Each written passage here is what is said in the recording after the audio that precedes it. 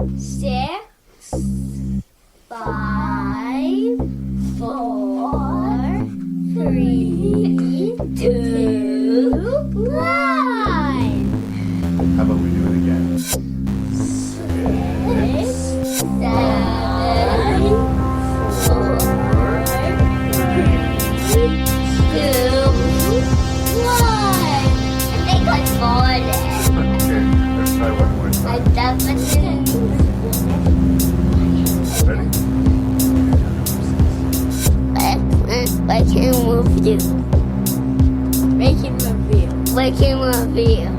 Say 6, 6, 5, 5, 4, 3, 2, 1.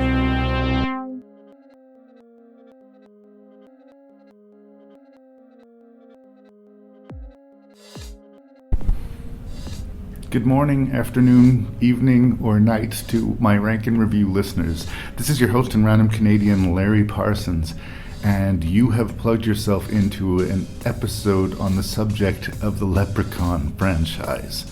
Regular contributor Mr. Lee Beckmann and yours truly are going to review all 8 Leprechaun movies.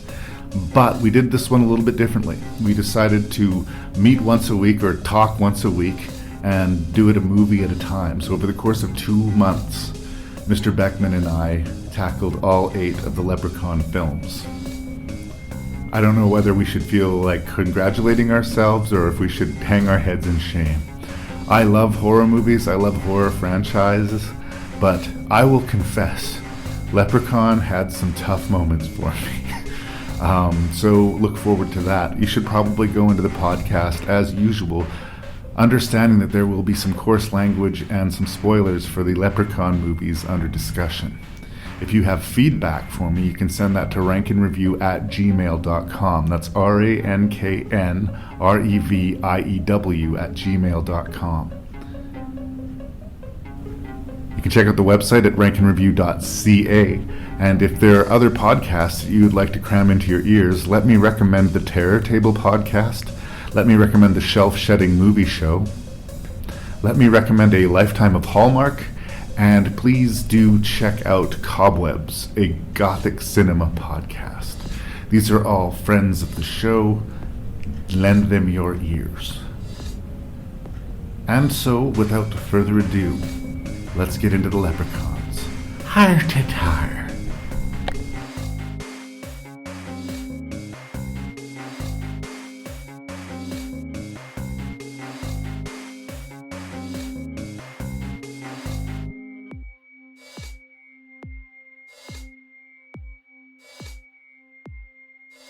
So, ladies and gentlemen, you're listening to a different episode of Rank and Review. I mean, Mr. Lee Beckmann is a very regular contributor to the podcast, and we have done lots... That's not irregular. No. Then we've done lots of franchise episodes, but what we're doing with the Leprechaun franchise is that Lee and I are going to meet once a week, and we're going to discuss a Leprechaun movie. And 2 months from now, we'll have a podcast recorded. Yeah. So as we're sitting right now, we're just going to do this quick introduction and we're going to review the first Leprechaun movie. But we've got a long journey ahead of us. And one of the things that occurred to me, I think I described it to you as a bit of buyer's remorse. Around Halloween this year, I got this set of Leprechaun, I think at Walmart for like $15. And it was like 8 movies, $15. What a good deal. And then I bought it. And then I thought about it for a little while. See, that's what you did wrong. Right. I thought about it. I was like, I'd seen the original Leprechaun, and I think I've seen a few of the other ones, like back in the 90s, but I don't even care to remember which ones. I know I haven't seen In Space or In the Hood, and there's 2 Leprechaun in the Hood movies. Hood. That's the one that I'm jazzed for. Yeah. I'm probably I've built this film up so much that it's going to stank, and I'm going to be so disappointed by when number 5 comes around. But basically, even to live, Larry. Live. Basically, I was looking at it like I remember kind of sort of the maybe for the first two or three, but not in super positive or strong ways. Yeah. So if I go through, as is so often the case with franchises, that the first couple of installments are clearly the best, Yeah. what have I done to us?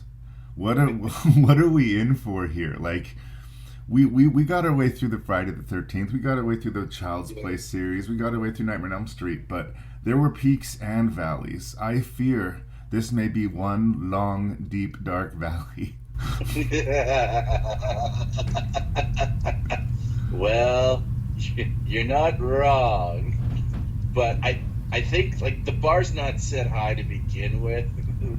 I think what the two of them really got theatrical releases. Really, I remember like way back in the day seeing posters for it in the theaters. This film was like 1993.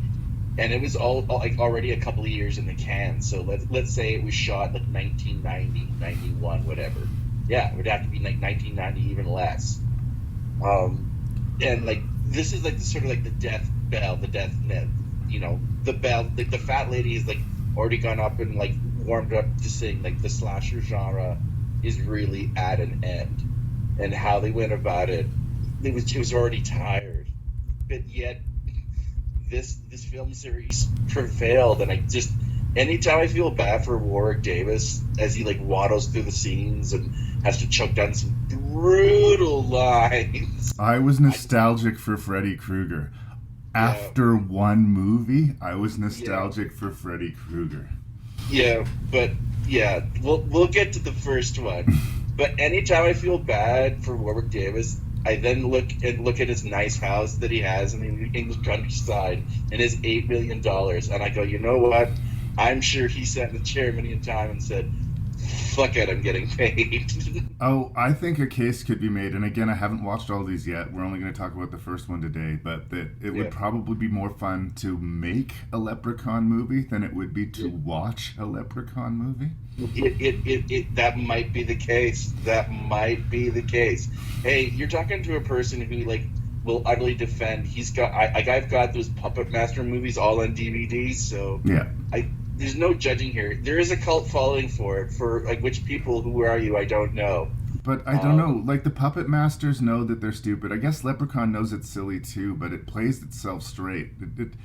It kind of like it's got the goofy humor in it, but it's not sort of the obvious we have no money, we're just making do kind of vibe that the Puppet Masters have. Like the first movie anyway seems well enough put together. The acting isn't bad. The production is competent. There's okay special effects for its time.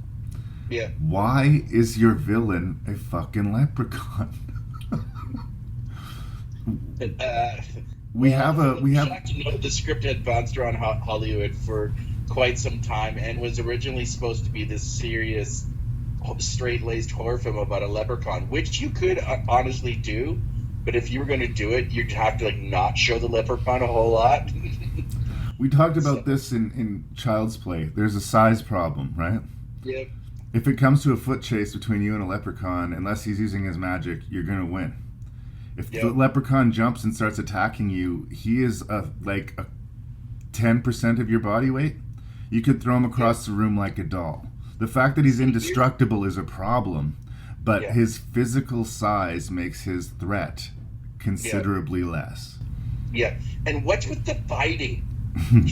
he for the first half of the movie, he's got all these he's got magic. Like that's the one thing I kept on thinking is that the one thing that he has above Chucky, the advantage he has is that he's full of magic, so he can like leapfrog all around. He can change into things. He could, literally turn someone into a pig or whatever. But he goes out and he bites people. And I kept on thinking the movie was going to do something like that. Like, if you get bit by this leprechaun, you slowly turn into one or something. But it never went there. I thought that was, I don't know, that was one of those, that's a cool idea. He just bit everyone for the first half of the movie. Yeah. So I don't know. Well, we're already talking about the first movie. Yeah. Just in generalities, is there anything you wanted to say as to what you're expecting out of the Leprechaun franchise? I'm expecting completely dumb, hopefully dumb fun. I mean, this is a film series that has Leprechaun in the hood not once but twice. That alone intrigues me. And like, watch this movie completely is horrible. I don't know. I'm getting a sort of Charles Brand vibe off of the series, you know, with that. Yeah, but again, gingerbread I give feel. Charles Brand a pass. I give Brand a pass because of how cheaply done and executed and ambitious his movies are. The Band Enterprises will take a $1 million idea and do it for $1,000, and it knows that it's a schlocky midnight movie anyways. And I think that's one thing that, if you're going to go into that realm anyways, go hard. Your movie's about a killer leprechaun. yeah. But anyways, we are bleeding into the first movie already. If you're gonna do like traditional like Irish or Celtic fairy tales like The Hallow or Don't Be Afraid of the Dark, you can do that. Yeah. You can make them scary. I'm saying that the Leprechaun as a brand is just not scary. I don't know if they were going for the Santa Claus thing, whereas typically we see Santa Claus as this very loving, warm feature, so seeing him wielding an axe is frightening. But when you have a little guy in a green tuxedo with buckles on his shoes, I'm not scared. And note to the writers, I'm not laughing either. This is my problem, and we're going to start the reviews right away here, but this is my problem right out the gate. They are measured as horror comedies. Did you laugh, and were you scared? Neither. Yeah, that's a problem. That's a problem. Should we start? Is there anything else you wanted to say? Well, I'm glad that Warwick Davis exists. He's Willow. Yeah. He's Willow. He was Willow at the age of 16. Think about that. Headlining a fantasy movie at the age of 16. My daughter and I just started watching that actually. Mm-hmm. It's still good. Like young Warwick Davis. And Billy Barty's in that. Do you remember Billy Barty? Oh yeah. Yeah. Anyways, I'm glad that he made a lot of money off this franchise, like if anything. So good for him. No, there's not a lot of roles for people of diminished size. I don't know what the proper term for his condition is, but like, and he is a decent actor, and he is at least trying to have fun with it. I don't think the problem with these movies, as far as I'm concerned, has anything to do with Warwick Davis. No, in fact, if anything, he is the sort of appeal. He is the leprechaun for so many years, but I don't know. It's going to be interesting. I think the experiment's going to be interesting. Like, let's be perfectly honest. We're not watching high art here. No. We're not. So, week 1. Let's begin. The luck of the Irish is being packed and shipped to a little town in South Dakota whose luck may have just run out.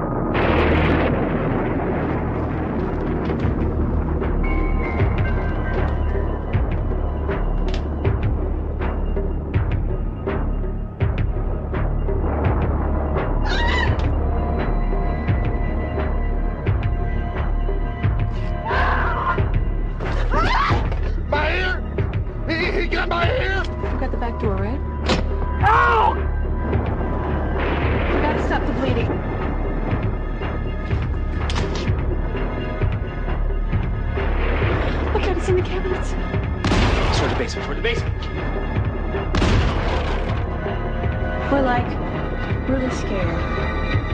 Hello? I need the police. This is an emergency.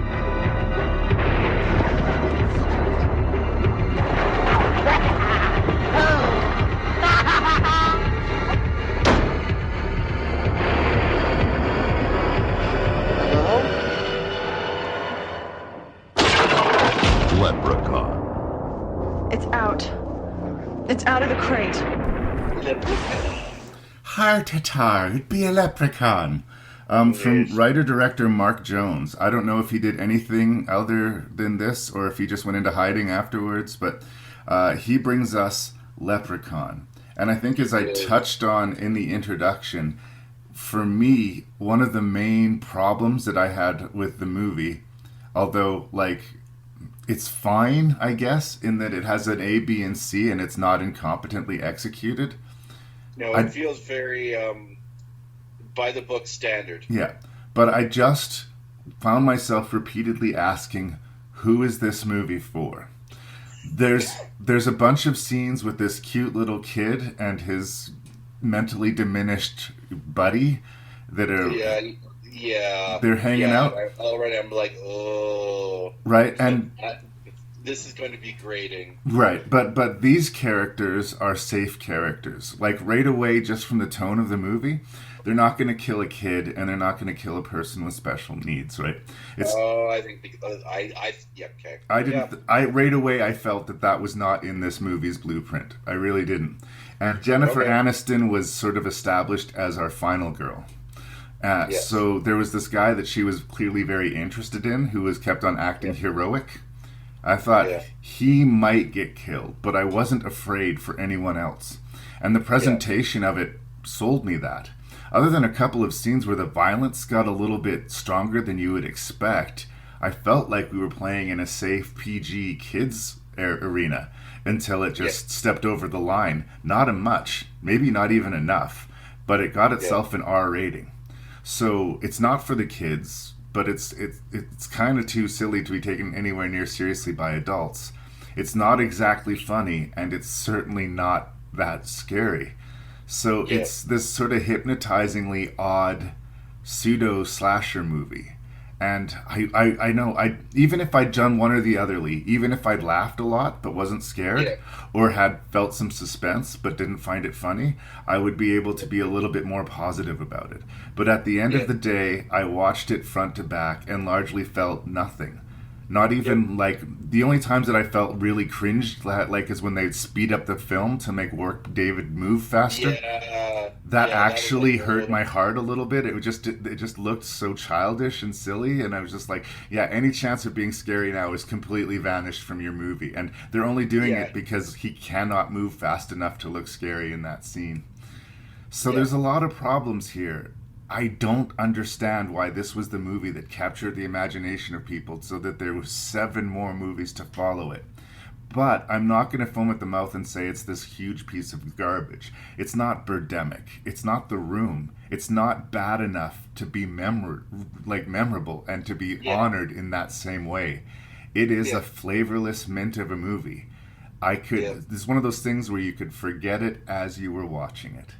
And that's kind of where I start with my review of Leprechaun. And I know, ouch, but that's just how I feel. I kind of agree with you that this film's greatest and cardinal sin is that it has the dubious pleasure of being boring and meh. It wants to be a comedy horror right off the bat. And we have Warwick Davis to actually do thank for that, from what I've read, is that it was his idea in pre-production to make this a lot more comedic, a la, because Freddy Krueger was still very much at the height of the box office power. So the original idea was to make this a straight lace, and then they went kind of comedy, and they should have gone like balls to the walls. It is a small budget movie, if you do look at the budget somewhat. But here's the thing: you've got this lead character that's essentially a monster, or a serial killer monster. We'll say monster, who can do magic. Spend your budget on that.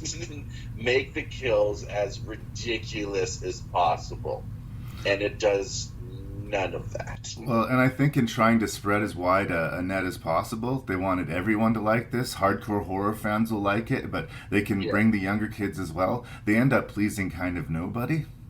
Yep. There's another weird aspect. Like, I don't know if he did his homework, because I haven't done a lot of hardcore studying into the lore of the leprechaun. Is it really a thing that leprechauns are obsessed with their shoes? Is that a thing? There's this whole point they keep going back to in this movie. I had no memory of it until I rewatched it, and I'll have to keep my eye on this going forward, where as he's trashing the house to find his gold, he stops and he polishes all the shoes in the house. And at one point, when they're trying to escape from him, they throw a bunch of shoes in the dirt, and before he pursues them, he wipes the dirt off the shoes before he pursues them. And, like, that's absurd. It's not really funny, it's absurd, but is it a real lore thing of leprechauns? I really hope so, because if it isn't, that is a very specific thing that you included in your movie, writer-director Mark Jones, and I wonder if it doesn't have more to do with your hang-ups than this little leprechaun. Yeah, I think this director does have a thing for, like, making movies about small... Well, he likes having, you know, very small people in his movies. He also did Rumpelstiltskin 3 years later. So he's got a thing for small people. Okay. I don't know. I don't know what to say. We have Jennifer Aniston in her first starring role. And oh, yeah. And I don't know. It was weird. There's these like, long tracking shots when the leprechaun's supposed to be chasing her. And, of course, the shot is, you know, focusing, you know, on that body part. On her legs and her butt as she's running away. Yeah. And I felt wrong. It was just like, ew. No. I don't know what it is. Whether it was, like, the sort of collection of the whole, like, early 90s thing. I don't know. It just... I got over the short shorts right away. I kind of just took it as part and parcel with the genre. But what was interesting to me is her character's name was Rachel in Friends, right? Yes. She's playing Rachel in this movie. I think that you could make a case that, like, when she first gets to the dusty old cabin, everything is too gross and below her, and ew. It's like, this is Rachel. This is totally Rachel. Like, they've already cast her as a girl who's just, you know, too good to be around dirty things. But also, this is the 90s, so we have to, you know, make the claim that I'm also a feminist, blah, blah, blah, blah. I'm like, yeah, that's the 90s. But is it? Because what's the thing that makes her decide to stay? A cute boy. There's a cute boy, and suddenly her attitude completely changes. Oh, I know. There was just a lot of very 90s things, right, just sort of screaming and shouting right off the bat with this movie. I did sort of giggle at him biking quickly on the bicycle on the highway scene. I know it's, you know, it was a bad film idea and tactic to do it and whatnot, but it did make me giggle. Yeah. Just anytime you have to speed up the film to make someone look like they can move faster than they can, it becomes a percentage heartbreaking to me. Yeah. It's not, if they were going for funny, it did not make me laugh. Like I said, it kind of hurt my heart a little bit when I saw them speeding up the film. It was just like, oh, there had to be a better way, you guys. Take a different angle on that.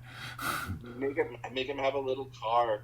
Like, come on. Well, they did. He inexplicably found a fully functioning drivable car at one point that was made just for his size.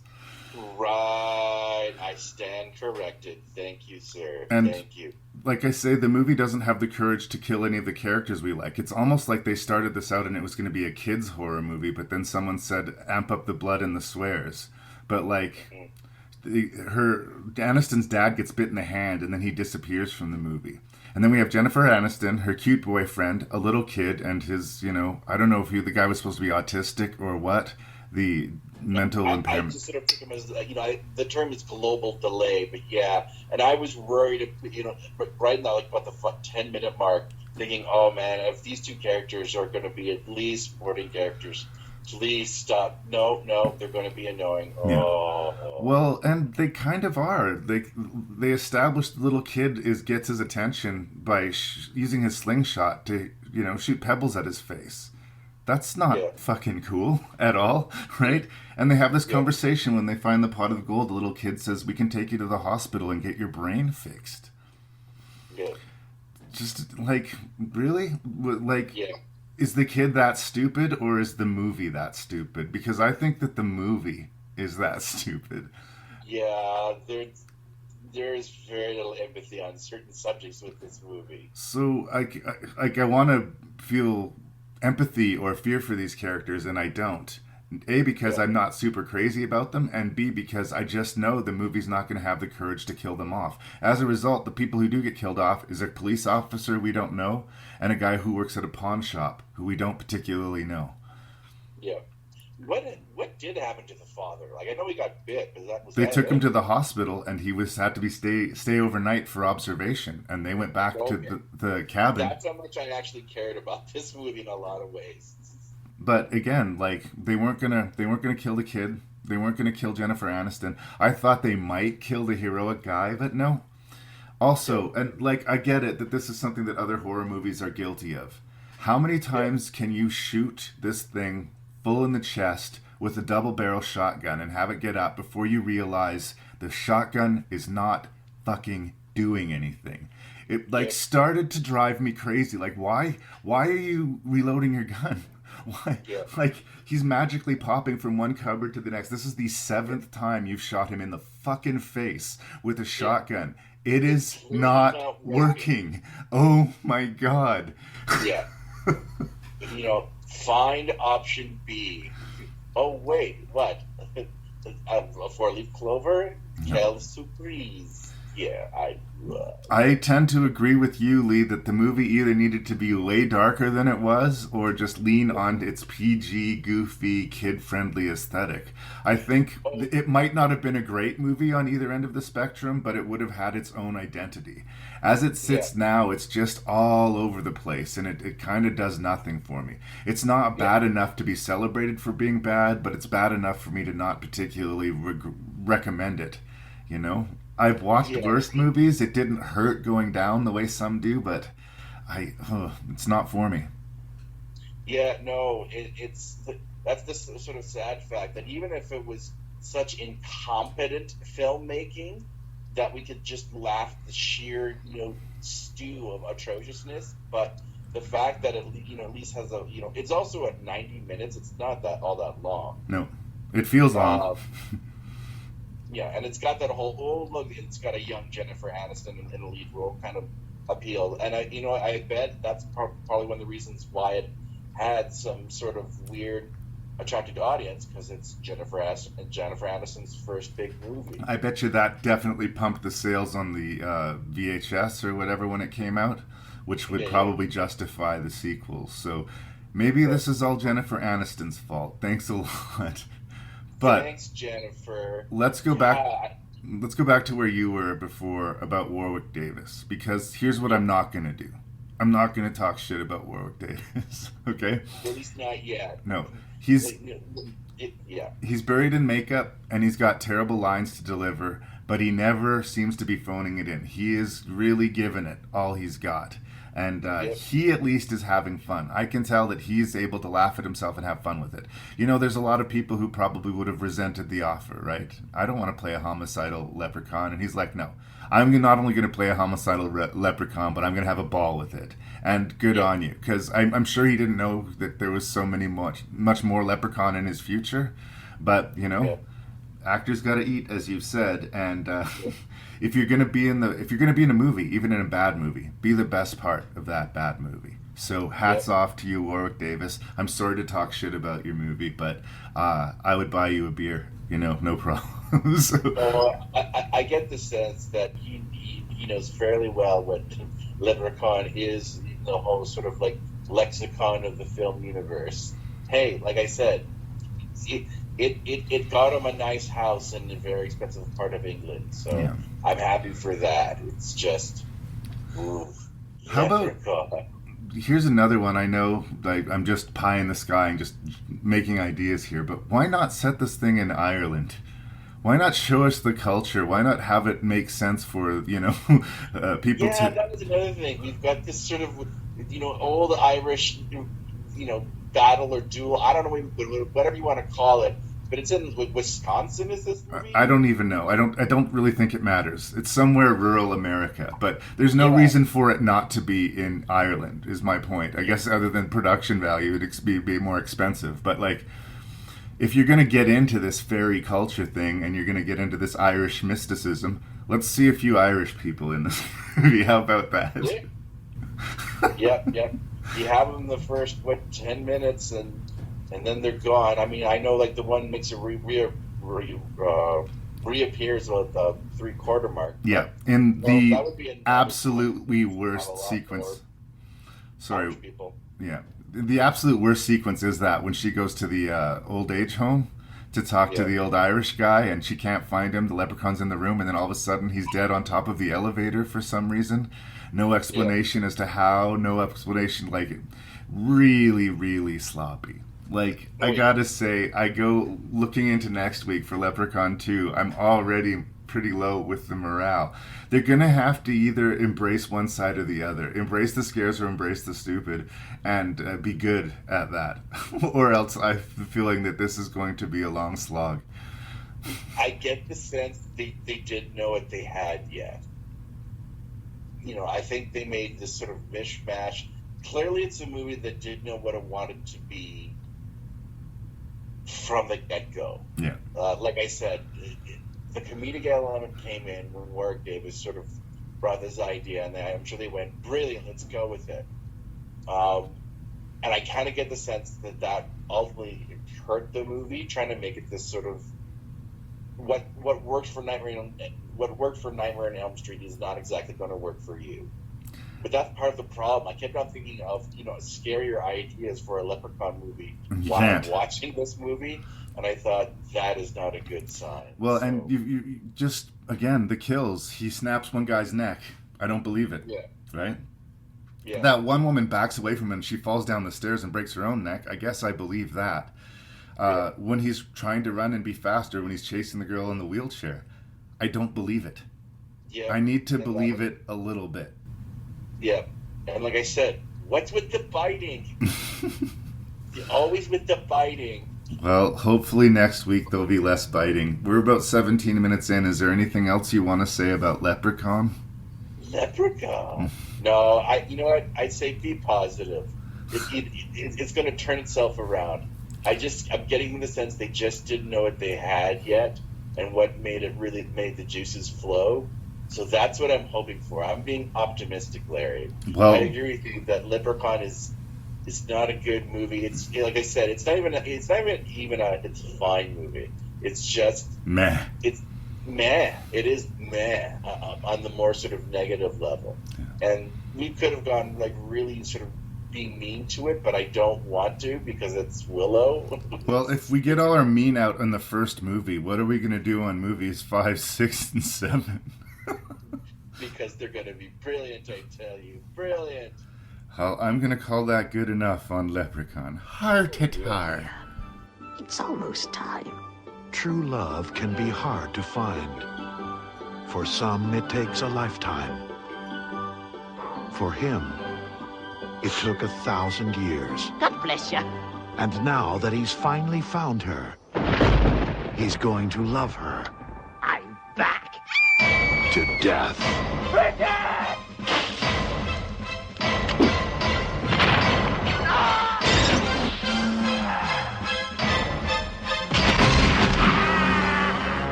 Kiss me. I'm Irish.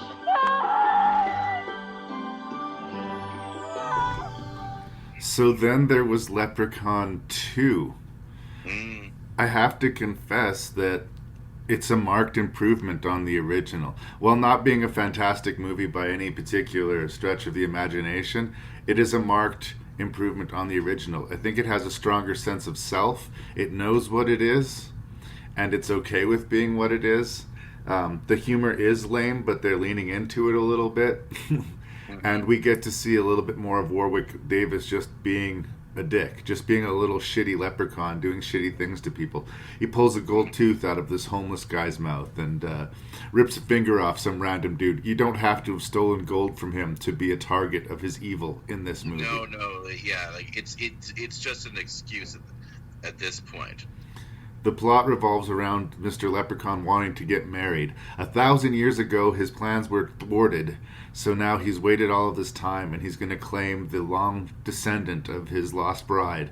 And she, of course, wants none of this. So here's the thing which doesn't work in the movie. Our two lead romantic characters. Yeah. I would say they're very flat, and I really wanted the Leprechaun to show up before he showed up. We have this little prologue with the Leprechaun, and then there's about 20 minutes or so of the movie where we're getting to know and like our characters, where I really wanted that Leprechaun to show up. But this movie is a straight up sort of silly, goofy horror movie. It's an is what it is type of thing, like the whole Leprechaun franchise. And I got to give it points for being a sequel that actually improved on its original. So I don't want to pour a whole bunch of praise on it, but it's a better hard R, know what you're getting Leprechaun slasher movie. So I guess I'll give it a B movie pass. That's where I start on Leprechaun 2. Where's Mr. Beckmann? Well, Mr. Beckmann ultimately, I didn't hate it. So I agree with you that it is a marked improvement over Leprechaun, but I don't think that's a hard bar to clear anyways. It does, the film sort of starts to feel like a little more like your standard slasher, which is good. It is starting to figure out and realize and knows, what works. We do get, obviously repetitive things like where it was driving a car. I guess some people thought that was funny. And yes, the jokes are flat, but a lot of the red shirts are sort of like archetypes of the 90 characters. We get the sort of, lippy waiter. Who else does it Leprechaun kill? Well, there's that guy who was being too aggressive and handsy with our lead character. He ends up making out with was it lawnmower blades? Yeah. But that was one of those classic sort of slasher movie punishment kills. He was a bad character, so he deserved this terrible fate. I also was thinking about that death. I mean, obviously they show his body later, so he was killed by that. But I think one of the more horrifying things about, this guy being forced to dip his face into the lawnmower blades is that that's sort of a survivable injury. That is true. And I will give it a marked improvement on the deaths. They're a little more ridiculous and a little more over the top. Kudos for the money in the gut kill. Yeah. Quite honest, I thought that, we knew it was coming a mile away, but at least it made me sort of chuckle, and it is a very horrific death if you stop and you go, oh yeah. He wants the leprechaun's gold, so the leprechaun makes it manifest literally inside his stomach, and then he has to get it cut out of him, and it's grisly. That guy, I think, arguably gave the best performance in the movie, even though I think he is the best. I think he was channeling like George Carlin a little bit, but if you're going to steal from the best. Yeah. No, he's by far the most engaging character, and I think he does have the best scenes. I did once again sort of chuckle at the bar scene where our young protagonist, male protagonist, sits down and his friend, what's the character's name again? The drunk? I can't remember. Otis? Yeah. Is it Otis? I just watched it and I can't remember his name. That's not high praise. No, I know. That's the thing. We'll call him Otis for argument's sake now. Otis never breaks foot. He never looks at his friend and realizes that he was looking at obviously at Warwick Davis. We sort of know it yet, but Warwick Davis is off screen. Right. At least those scenes are somewhat silly and competent, and I do love the fact that he does get the leprechaun drunk. Yeah. That made me sort of chuckle. Is he hilarious? No. But at least he was engaging enough that I went, okay, I'll go along the ride with him. And, he is a total screw-up. He causes far more problems than he solves them. I cannot admit that I laughed out loud even once while I watched this movie. I don't think that actually happened. There was one time where the leprechaun showed up unexpectedly, and it was like a halfway there jump scare for me. But once again, much like the first Leprechaun, if you're grading it on it's trying to be a horror comedy, it's not that funny and it's not that scary. Another problem that I have, I think, and this is going to probably be a long-standing one moving forward with the Leprechaun franchise, is I think it crystallized for me watching the second one that he's kind of a combination, the Leprechaun, of like Chucky and Freddy. So he's got all these weird, inconsistent powers that he can draw on, but we're never quite sure what the rules are about them. But he's also this tiny little physically non-threatening character. So he feels like you can pick him up and throw him across the room. That's the same problem that Chucky has, right? So the intimidation factor, no matter how grisly they make his makeup, just isn't there for me. And the fact that he's just this little shit, he has this limitless power, and he makes fun of people and then kills them. I don't know. I don't know if I want it, but is there a reason that this leprechaun is such a dick? Or are all leprechauns dicks? Is this something that's going to get explored? I kind of doubt it, but... No, yeah, I think you're asking too much of the franchise and the writers involved. Right. You know, this is sort of along the same line as, you know, Dr. Eagles, or I'm trying to think other sort of like comedic horror slasher films. Jack Frost, the killer snowman. Yeah. Like, you know, as I said earlier, it sort of feels like it's starting to discover and how we could, you know, keep it going. You know, obviously it was somewhat successful enough that it's created sequels. So this was the last theatrical release. I know the director was also a Roger Corman kid as well. Like, he was VP of production for a while. So yeah, there is a little bit of sort of like wild zaniness. Awfulness to it as well. I mean, Roger Corman can get way nastier and funnier than this one, but it does have a little more of that sort of Roger Corman feel. The sets look really fake. That whole labyrinth scene with them getting caught in the third act, which actually sort of slows the movie down a lot. Yeah, the last 10 minutes... The last 10 minutes, like, as far as reaching a climactic, you know, peak of the movie's action, I couldn't tell you what that moment was, you know? It has a... Yeah, and I agree with you. The two leads also are quite wooden, and clearly there's no chemistry, but at the same time, she's a university-aged young woman who seems sort of, like, very much still in high school, and he does as well. I don't know. They're not credibly performed. I don't believe him as a con man. He doesn't seem to have the confidence for it. I don't believe her either as sort of the or sort of hard to get girl next door, or the sort of vamped up Irish lass that she's going for in the third act.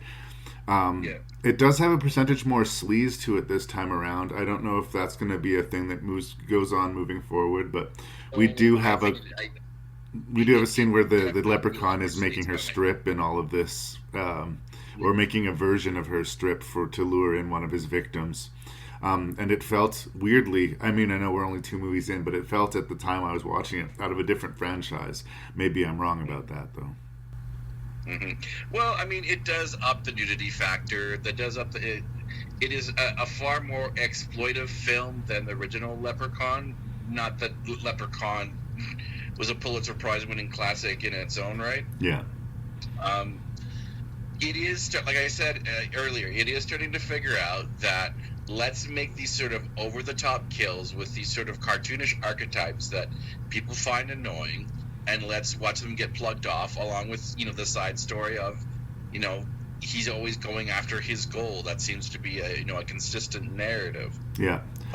Although, like I said, I did appreciate that he wasn't boxed into that in this movie. The last movie, it seemed it was like specifically the people that had messed with his gold.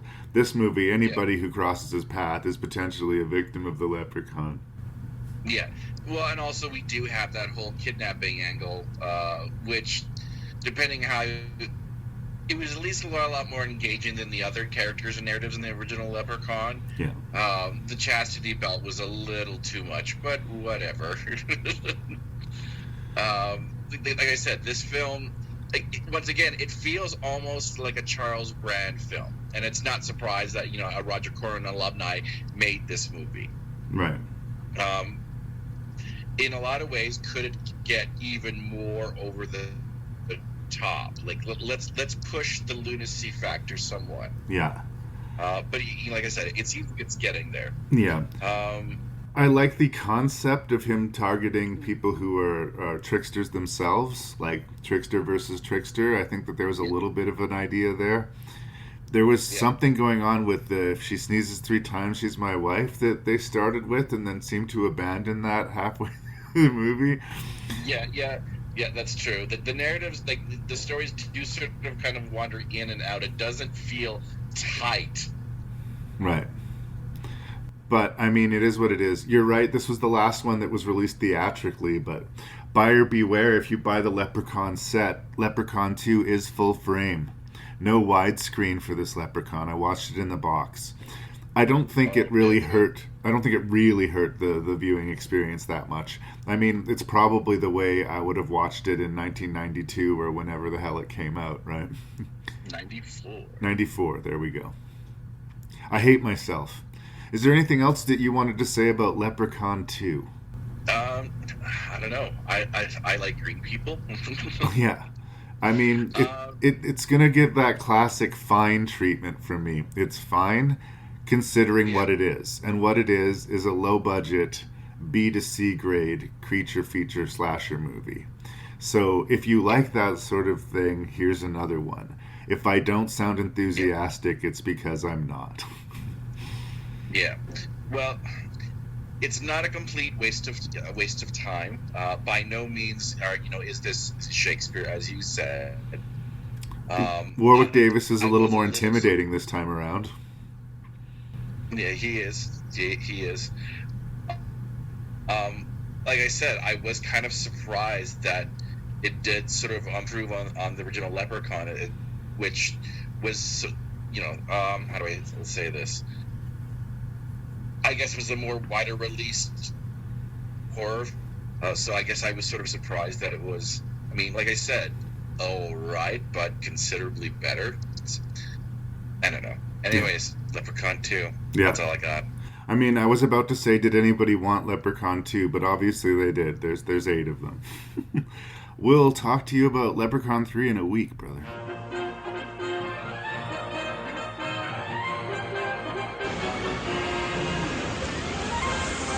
Las Vegas, a gambler's dream, and a dreamer's paradise.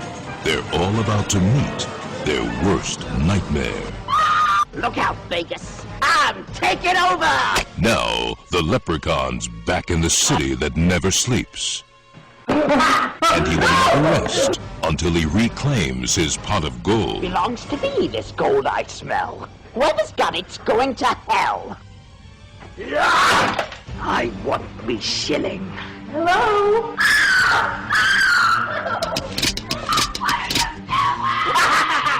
If we destroy the gold, we get rid of the leprechaun once and for all. Leprechaun 3. The third time's the charm. Leprechaun 3. Did you know that it was the highest grossing straight-to-DVD movie of 1995, Larry? That is disappointing to hear.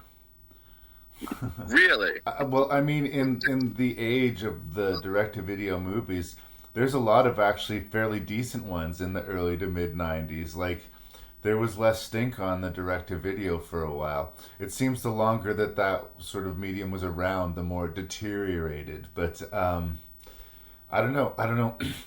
Leprechaun 3 is a strange one. Yep. I have to say, I think that they've given up on the horror for Leprechaun 3. Oh, most certainly. Like, this actually kind of felt like a John Waters movie. Yeah. Really. It has... There were so many things it actually has the potential to be kind of awfully good, if that makes any sense.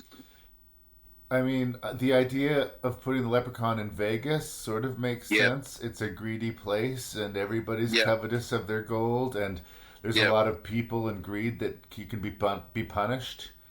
Yeah. And in a weird way, it started off on the right foot for me. Like, right away, he bites a dude's ear off and bites a dude's toe off, and it's like pretty hardcore right out the gate. Yeah. But, no, this film actually doesn't hold back on the juice and the meat. Yeah. but there is a little bit of casual racism there at the beginning. So, What, Larry? What? No. Yeah. What do you mean? The sort of the East Indian pawn shop owner? Whatever do you mean, Larry? So let's all get ready to freaking cancel Leprechaun. Let's cancel Warwick Davis. So that was not funny, young sir. Oh. Look. This movie, like, it wants to offend. It has so many caricatures. And stereotypes of Vegas. We get the sort of like, body showgirl. We get the sort of over the hill, another sort of, showgirl. Well, not really showgirl, but like one who's worked in Vegas for a while, who's also played by the actress from Texas Chainsaw Massacre 2. Yeah, it was great Do you remember to see her. that? Yeah, it was good to see her. And age has been kind to her. She has.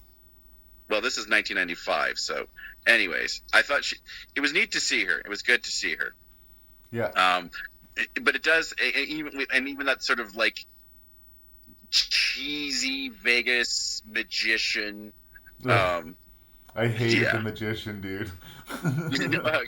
Yeah, well, I mean, were there any really characters that you really liked? Like even our lead sort of, our male lead, his character was completely degrading. Scott is brutal. Scott is brutal. He has the strangest resting derp face that I've ever seen. His badness is weirdly fascinating because he's such a yokel, bland, like nothing face, like with his mouth hanging open for a while, and then he gets leprechaun bit. And then all of a sudden, his performance, it's still bad, but it becomes highly energized. And it's like he's trying way harder than we've ever seen him try. Anyway, his badness changes, but it's sustained in that it sucks. It's weirdly fascinating. Well, see, there are lots of weirdly fascinating things with this movie, but I agree with you. I mean, it's the writing as well, but it's the character's execution, and it also doesn't help that he's wearing an awful early '90s sort of aesthetic clothes, just that it sort of adds to his douchiness. But the second he's welcome, he's been stuck into the casino, he just becomes this douchebag, and you can't follow him without you're cheering for the leprechaun. Yeah. You are clearly cheering for the leprechaun, but that's also what worked with Jason in a lot of ways. I do think the film series is starting to figure out, I think, what the obviously there's an audience for this of what the audience wants. And, we want sort of the stereotype of characters that we want to die. And I think that's kind of, at least sort of a bare bones checklist of 90s, if not 80s slashers. Yeah, no, there's some sort of moral sin that needs to be punished. Yeah. And there's always, that sort of monkey's paw twist. Do you get your wish, but you don't get your wish. I mean, this is not something that's new to horror franchises, but this movie doesn't feel connected to the other two movies that we've talked about. It just seems like I don't know, where he comes into this one as a leprechaun statue with a medallion. That's all new. Yeah. Right? The rules are not consistent. For another, the biting comes back, and he does take off fingers and other things, and at one point does infect our lead. This was not. In itself, it's a neat idea, and I do think it was sort of an interesting storyline, what came out of it, but was not at all addressed in the first two films, and all of a sudden it's in here. So there's no continuity rules with this series. What are the leprechaun's powers after all? He can mimic other people's voices. He can make people hallucinate other things. There's that really weird robot kill that happens in this movie. I know. There's that's the one thing. This is a film that scenes that come out of nowhere. Of course, it's also it's an exploitation movie. We're not denying this. We're going to get our sort of checklist of nudity and also over the top violence. Yeah. Everything is really over the top in this movie. Yeah. It really, really is. It's weird to me that they don't, like I said, that this time I feel like they weren't trying to scare us at any point. No. And to go back to the random acts of his powers is just like, whatever. I mean, I get it. He can have whatever powers. He's like Freddy Krueger in the real world. But at one point, there's a plot point where he gets trapped in a basement. And I just don't understand how, like, a leprechaun who can, like, control robots and make people hallucinate and make statues shoot arrows, like, can't fucking leprechaun his way out of a basement. I don't understand. Like, come on. Try a little harder, you guys. Oh, I mean, no. I mean, yes, but no. I don't know. I did like the scene where they take the guy to the hospital, like with the doctors. I mean, it is very, very cheesy, and I don't know. I did enjoy that. I also didn't mind actually, like, the script writing in relation to the dialogue of the leprechaun.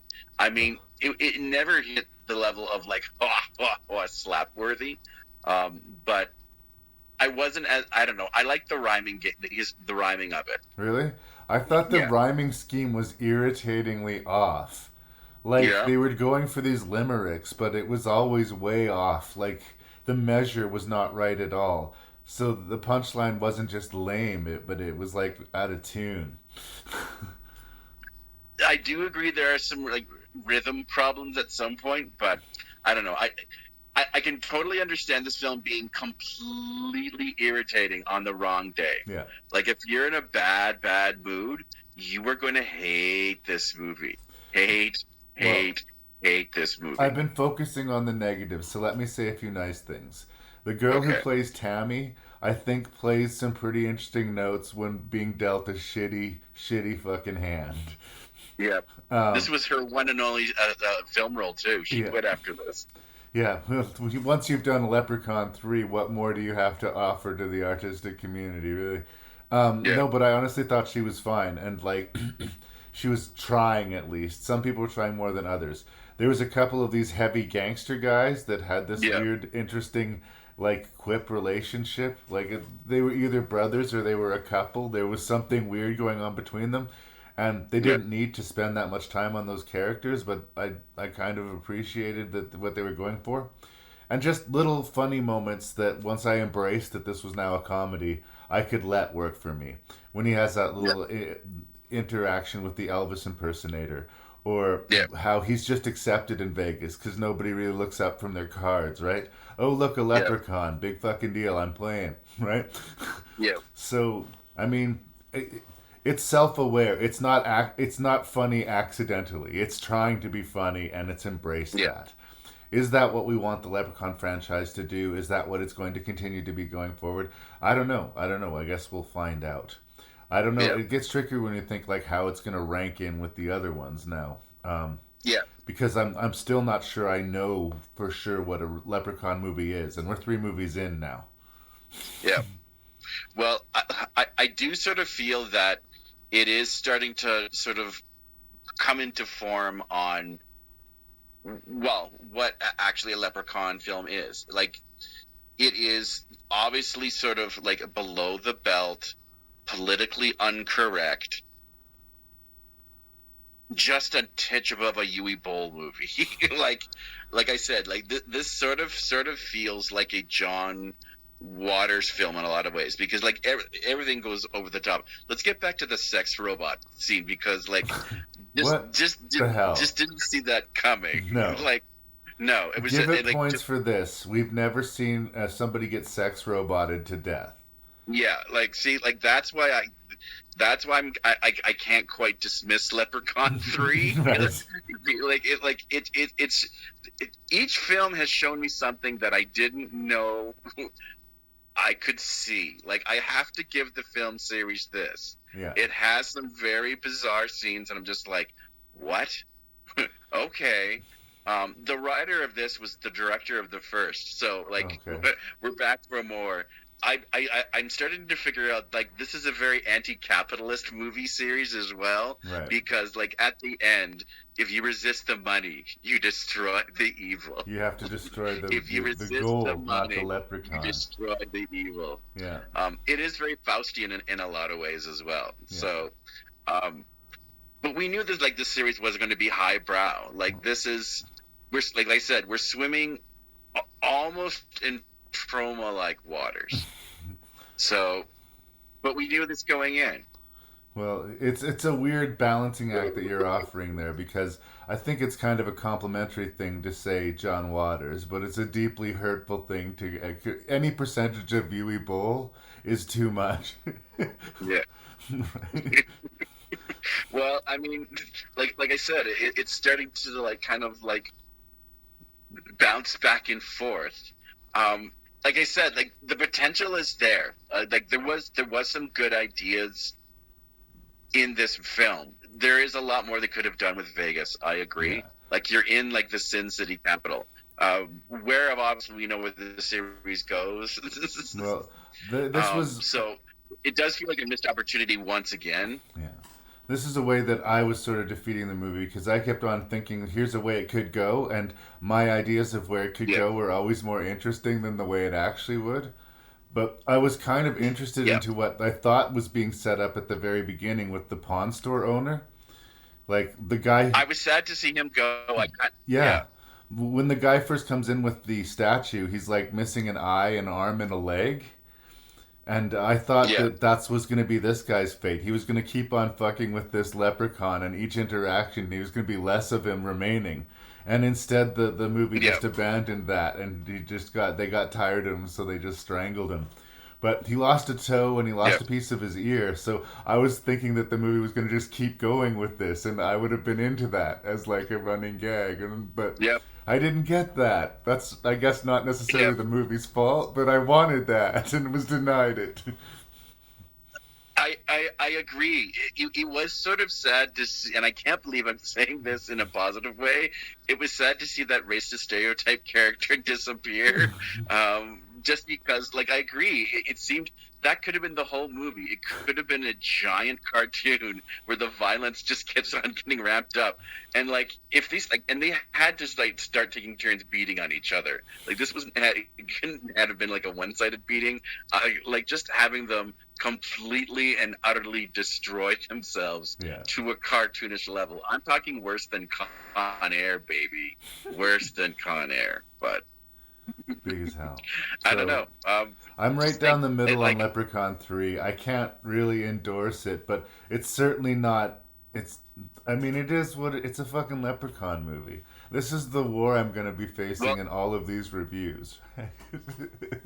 Yeah.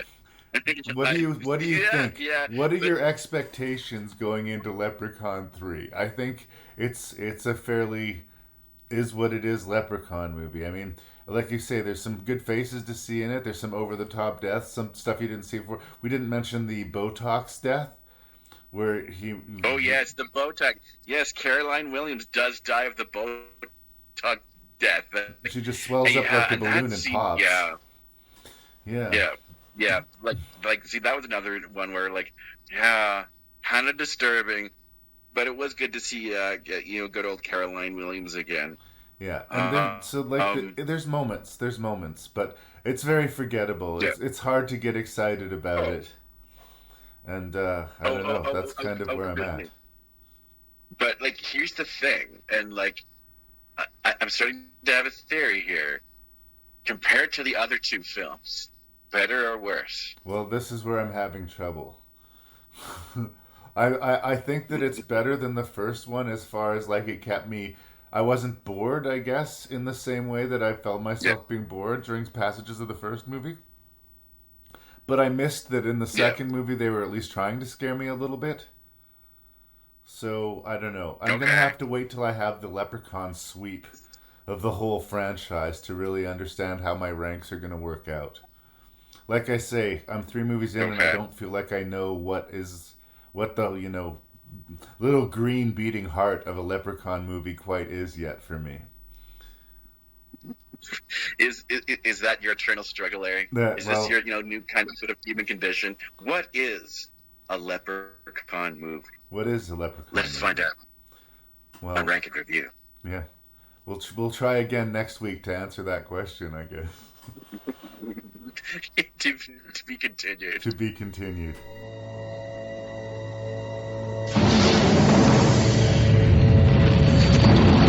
Somewhere in space, he is waiting. Somewhere on this ship, he is watching. He is powerful. What the hell was that? He is evil. He's here. And he's ready to party. Good evening. Hot stuff coming up.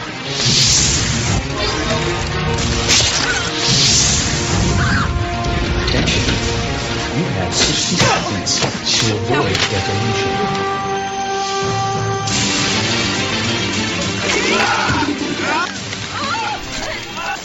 So I'm going to go out on a limb and make the presumption that Leprechaun 4, Leprechaun in Space, is the best single standalone entry of the franchise.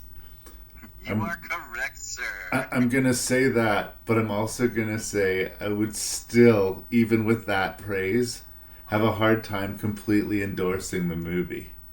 But it is its own sort of singular thing. And it was one of those things where it was so audaciously, gleefully stupid that I just had to let go.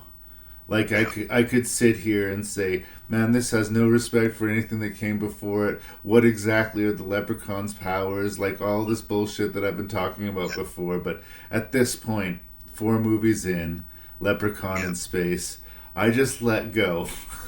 I stopped fighting. So, I endorse the movie as a guffaw, laugh at how silly this movie is. A knowingly, self-consciously bad movie, which is typically not my fare. I prefer accidentally bad movies over bad movies that are on purpose. But it's got a good energy, it's got a good sense of humor, and it's just trying to be the best Leprechaun in Space movie it can be. Which how high is that bar? No, I know. Lord help me, Larry. I like this movie more than I should. I like this movie a lot. From the prolific director, and I do mean prolific, Brian Trenchard Smith. Once, and I've seen this movie twice now. Once I finished it the first time, I actually looked up on IMDb and just other articles who this guy is, and this guy has been on movie sets for a long time, and he has directed. He's almost a Woody Allen, where he directs a movie almost every single year. On his directing, line films that he's made Turkey Shoot. I don't know if you've ever seen that. Mm-hmm. It's on Shudder. It's essentially The Most Dangerous Game, but set in the future with prison camps. Dead End Drive-In. I'm aware of that one. I might have watched it at some point. I don't have a clear memory of it. Yeah, BMX Bandits. It's like Nicole Kidman's second movie. Do you remember an old movie with the kid from E.T., Henry Thomas, called The Quest? Oh, is that the thing with the tractor under the water or something? Or there's... Yep, that would sound right. Yep. That's him. Night of the Demons 2. That's right, baby. Sweet. Yeah. Drive Hard. Death Cheaters. He did a Porky's movie. Atomic Dog. I don't know if you'd ever remember that one. He sounds like a for-hire type of director. He'll just take whatever next thing comes down the line. Yeah, he's got a couple of kung fu flicks, like Malibu Shark Attack, Blood Tide. Like, he is an exploitation king. Right. He's one of Quentin Tarantino's favorite directors. So I sort of get the appeal. He's Australian, so he got to start in Ozploitation movies. And that's what really Leprechaun 4 is. It's an exploitation film with a capital E. It's a spoof movie. Like, this movie, like, shamelessly rips off a whole bunch of, like, sci-fi movies, from, like, Star Wars with the lightsaber, which was groaning. Aliens more than once, Terminator 2, an old Western, like, you name it. Any sort of classic sci-fi movie, it gleefully steals something. And, like, there's really no plot. No, well, it knows what it is. The plot, such as it was, which is I was about to sort of get into, we have nothing to fill the gaps in between or to explain his sudden return. We're in the future. There's this really bad military badass, Marine squad. They're trying to go for an alien vibe, and there's something so specific about that.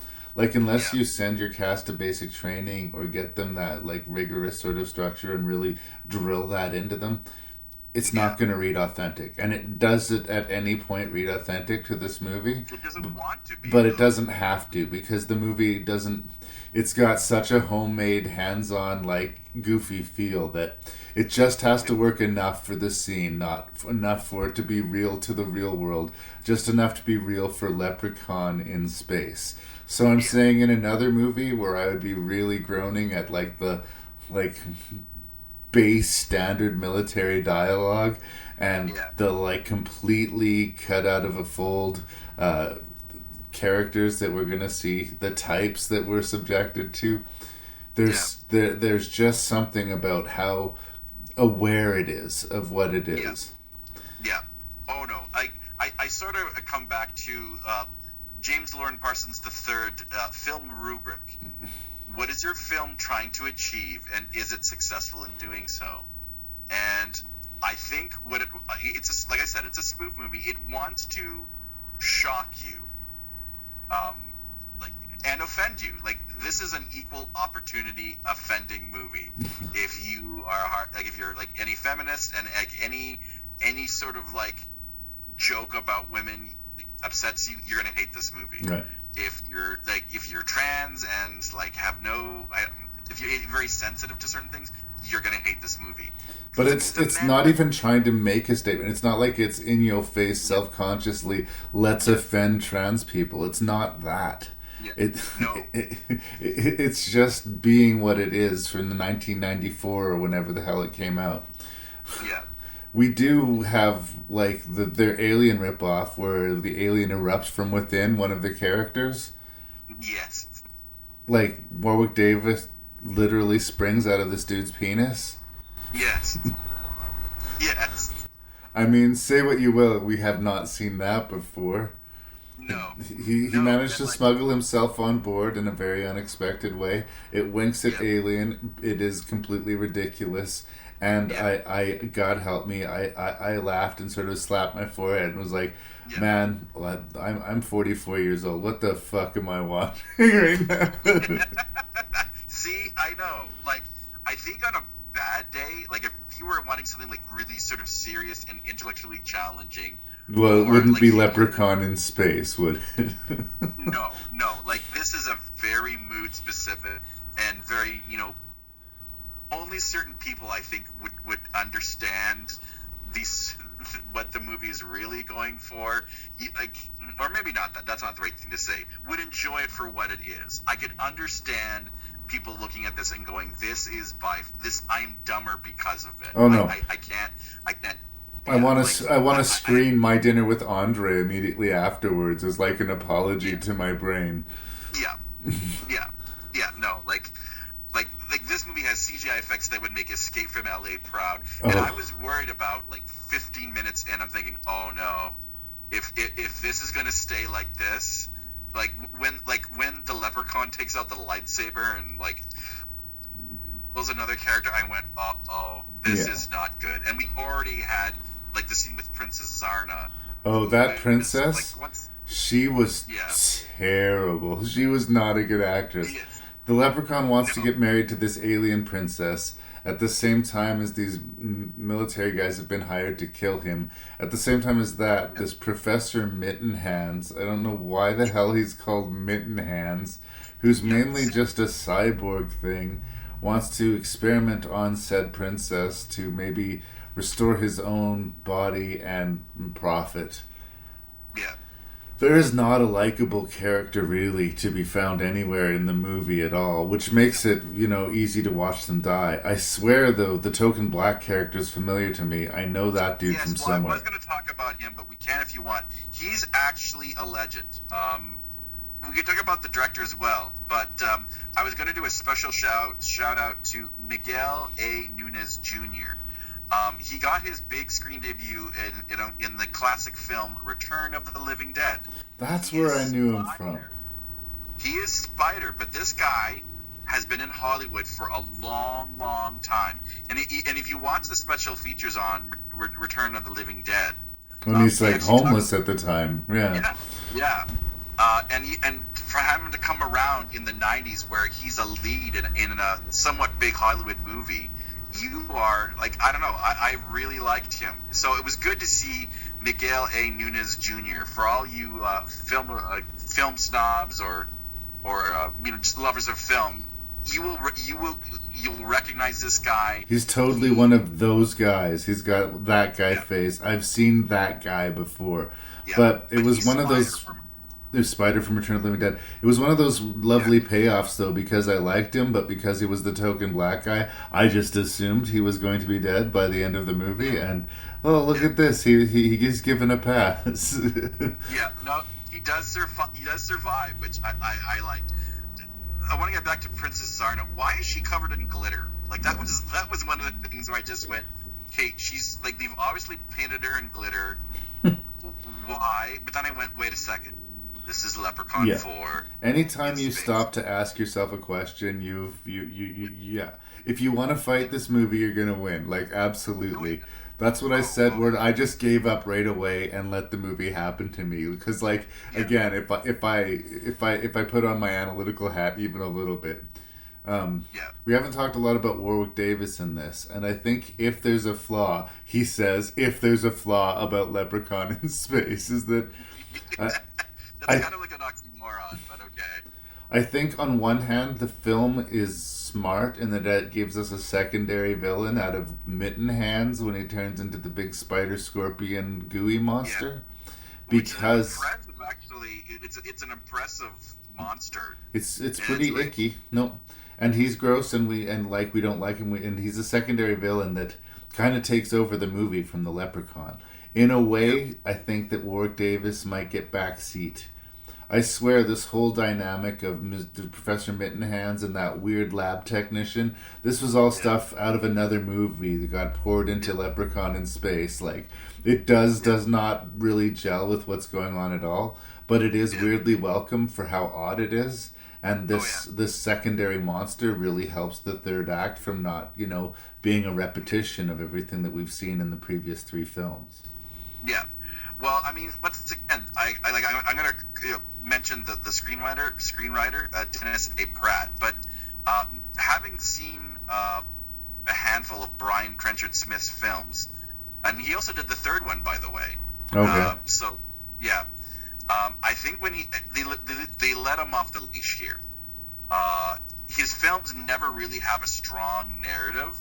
There's a sort of a backbone of a story, and that's one of the problems I had with Dead End Drive-In is that it's about a drive-in that has been taken over by futuristic punks, but the movie sort of meanders through a whole bunch of characters. There is a lead character who wants to escape, but it's such a meandering script with just bizarre things that you can't take your eyes off of it because you're waiting for the next sort of outrageous thing, and that you just kind of go, okay, and it has quite this dramatic finish, and that's kind of Leprechaun 4. Maybe not so much the dramatic finish, but I was like, okay, I'm in after the whole scrotum exploding penis scene, and that is very extreme. But the movie never gets to that extreme again. But you get the feeling like maybe it wanted to.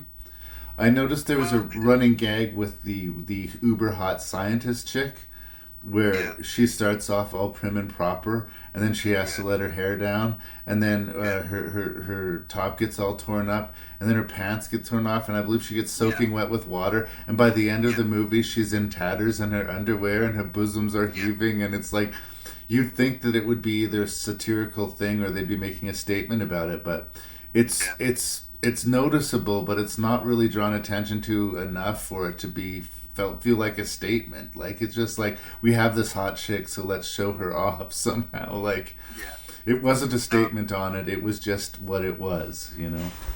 Oh, see. To me, this movie gets even more and more outrageous. Like, soon after the exploding penis scene, if you will, and it's Deborah Dunning, for all you Home Improvement fans out there, who is like the woman that gave the Marine a boner. Right. Soon after, we have Mittenhand's assistant essentially performing necrophilia on the princess, and we've got Mittenhand, like, for like half the movie, all he really is a TV screen that just sort of comes in periodically. I was so glad once we finally got to see him in his entirety. If his entire performance had been that screaming bald head in the screen, I would have said I hated Mitten Hands. But once we got to see that he was basically a barely there humanoid thing, so then that kind of paid off a little bit. Yeah, but I mean, like, Mitten Hands sort of, disciplining him as a child. You're a naughty person, and this guy was like literally, essentially committing rape on this princess. So, it just becomes more and more outrageous as the film goes on. We have a scene where two Marines are in like the garbage compactor area with like flesh-eating bacteria, in the air, and they've got these suits on, and of course, the leprechaun shows up in an exact same miniature suit. Yeah. Like, it's like this little weird attention to details where I just laughed and laughed and laughed. It's just interesting to me how the movie, it's not really asking for the laugh. It's funny, but it's not that desperate, scary movie flailing for laughs. It just sort of, it's enough that it's Leprechaun in space. Of course it's ridiculous, you guys. What movie did you just press play on, Yeah. If you don't like this movie, it's kind of your fault, which is why I have a hard time, getting my head around how to measure it. I will say, like the previous chapter, it is scare-free, but unlike the previous chapter, the humor works for me. Yeah. I love the pancake death scene where, like, the Oh leprechaun my. comes in and once again, I thought awesome. Also, you and I have seen lots of female breasts on the cinema screen in our day. Nothing could prepare me for the outrageous breast scene from Princess Zarna, where because spoilers, she tries to help out the leprechaun, and like just at one point, like openly rips open her shirt and says, "This is your god. Bow to me." Like this whole. Well, they make a point of saying if the princess bears her breasts to you, it's a death sentence. Yes. But it was also just an excuse to show her boobs. But it's weird in that we'd had a lot of body sort of sexual scenes before this, but no nudity. So in a weird way, the nudity had more impact when it happened. Yeah. And it was so random and so not necessary that it was quite funny to me. Like, I just wish I could say, ooh, she was super hot and super attractive. I really think that woman, her performance, what she was being asked to do was wear a skimpy outfit and be a trophy and to show her tits. And I guess she did the job, but I really didn't feel that she was much of an actress, so it kind of took away from me appreciating her. Not at all. But, like that scene alone, like I said, it's so over the top that, like, she's trying to give this Machiavellian, I'm an evil villain scene. And, the breast that... Like, I had my hand to my forehead going, oh my god. And I did that like many times in this movie, and then I thought, but I'm enjoying myself. No. I'm laughing. Because the film, like I said, it knows and is even sort of like making fun of all these stereotypes while at the same time being them. This is B-movie trash cinema. This is the same pool as Piranaconda. Yeah, just be the best Leprechaun in space movie you can be. And in that grade, this movie very definitely passes. Yeah, I even love the fact that it uses the same exploding shot twice. One where Mitten Hand gets it, and then when the leprechaun blows up in space. And you can still see the pipes like from the original exploding scene, you're just kind of like, okay, like that's just nuts. I mean, I know they were probably running out of budget, and that's fine. But well, the effect with him exploding in space was dumb. I like the idea of the leprechaun briefly turning quote giant, but I don't know how well they sold the effect for me. But I like the idea of it. The visual oxymoron did also make me laugh, but yeah. And like I said, like Tina in her underwear, that's the other scientist. Like, yeah, if you watch carefully, her strands of her clothes are continuously torn off the entire movie. Yeah. Honestly, I almost wish that she just would have been completely naked by the end and just gone. Well, that's the thing. Like part of me thinks that they wanted, so on some level, the instinct would be to push it even further. But I don't know. It found its own little sort of groove, and it stuck to that. I mean, I don't want to oversell Leprechaun in space, but I do. No. I would be very surprised if any other Leprechaun, entries sort of gelled for me in quite this way. I'd be happy if they did, but I'm not anticipating it happening. But by all accounts. Sorry? By all accounts, this is when, and then this is what I kind of wanted from a Leprechaun film. So outrageous, and apparently it continues with Leprechaun in the Hood, which makes fun of blaxploitation films, which I'm excited to see. But this is what I wanted out of a Leprechaun film, where it is, like I said, it's an exploitation movie, like so over the top, so offensive. Like on a bad day, you will hate this movie. In the right mood, especially after the week I had, I wanted to laugh, and it was cathartic. Will I watch this movie again in another time and think, what was I thinking? Probably. But like I said, this is a movie that it's the so bad it's good. It tries to be, and it walks that fine line, because I do agree, this film utterly failed, walked tightrope so nicely, and is like, it's a midnight movie in a lot of ways. But it walks that line so nicely that it just it hits the dive. It hits the end the end. All right. So well, I feel your love, Lee. I feel your love. I'm gonna pull the plug though, because we've been talking about Leprechaun in space for 25 minutes. I think that's enough. When the Hood has never seen anything like this before.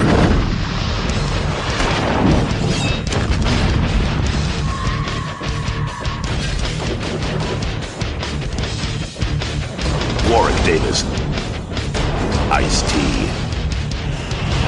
Leprechaun in the Hood, coming year 2G. Okay, this is Leprechaun 5 in the Hood. And Lee, I wanted to like this movie. I understand. Like, I'd managed to make it to my 44th year. Yep. And have never seen Leprechaun in the Hood. This is my first pass. I guess I had warm feelings, if that's the right thing to say, coming off of Leprechaun in space. Yeah, it got me in the feels. It really did. Like, really sort of teased a little bit in the sort of cinematic taint. I get it, yep. So, like, I was ready to have fun with it. I'm like, okay, this is no longer a horror franchise. This is sort of an absurd comedy franchise, but I know this. Let's move forward. Look, I have this weird affinity for Mr. Ice-T. Like, I am not into, rap music or hip-hop music particularly at all. I don't have an ear for it. But I will say I think that this band that we're introduced to is terrible. But that's just my objective, I don't know anything opinion. I don't think they were destined to make it, whether they encountered the Leprechaun or not.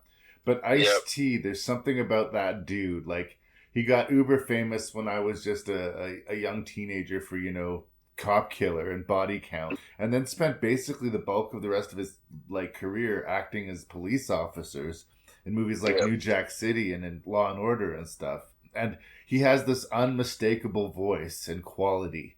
I don't know if he's the most amazing actor, but he is really good at the vibe of Ice-T, and he brings that, and that is something that I have a soft spot for. So, and again, I think that our main actors in the band are actually some of the best actors that we've had so far. Okay, so I mean, are you getting into your like annual like critique of the movie? Because this is where it gets frustrating for me. But okay, go ahead. No, I'm just saying. Not you. I think that the actors are doing the best they can with the material, especially those main three guys. More so than any other of the Leprechaun movies so far. Yes, I agree that the acting on a whole is by the best of the series. Yeah. And none of this is IC's fault as well that what went wrong. No. But go ahead. Well, I just think that, like, for the first time in the franchise, when some of our main characters actually died, it mattered a little bit. Yes. I want to applaud it, but that is the only thing that I can think to say that I can applaud it for. Because almost across the board, like, all of the Leprechaun movies have been cheap. This is the first Leprechaun movie that feels cheap. Which, do you mean, like, aesthetically? Yeah. Because by far, this one had the most sort of sleekest production. I agree that it's still a low-budget movie, but they actually put money into this. But did you find, like, there's a weird awkwardness to it? They hired the wrong people is what I'm going to argue. Maybe. There's some weird awkwardness to it. Scenes just go on for way too long. They clearly only have, like, certain angles that they can, like, either there's a time constraint or, like, they don't have another wall there, so they can't reverse the shot. Things play out way too long, and they just have a fake, cheap look to them. I get that everybody's acting and committed to this ridiculous premise, but there was a theme we were connecting with all the other Leprechaun movies, that they didn't have any kind of respect for what had happened before. But now all of a sudden, this time, we care about the Leprechaun statue and the medallion, and we're bringing that back into the mix. And the introduce of this little pipe that hypnotizes people, this musical instrument.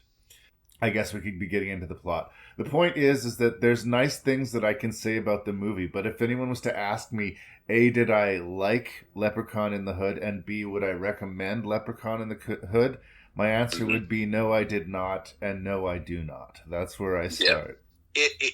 You find me at a very weird place, because I think even if you like go back and listen to the other reviews, I seem very excited for this movie, and it feels very weird, the feelings I have today, especially because this is like the 5th film in a homicidal leprechaun film series that I am hugely disappointed with this movie, and I really shouldn't have been surprised. I mean, this is, like I said, this is a film based off a homicidal, magical little creature.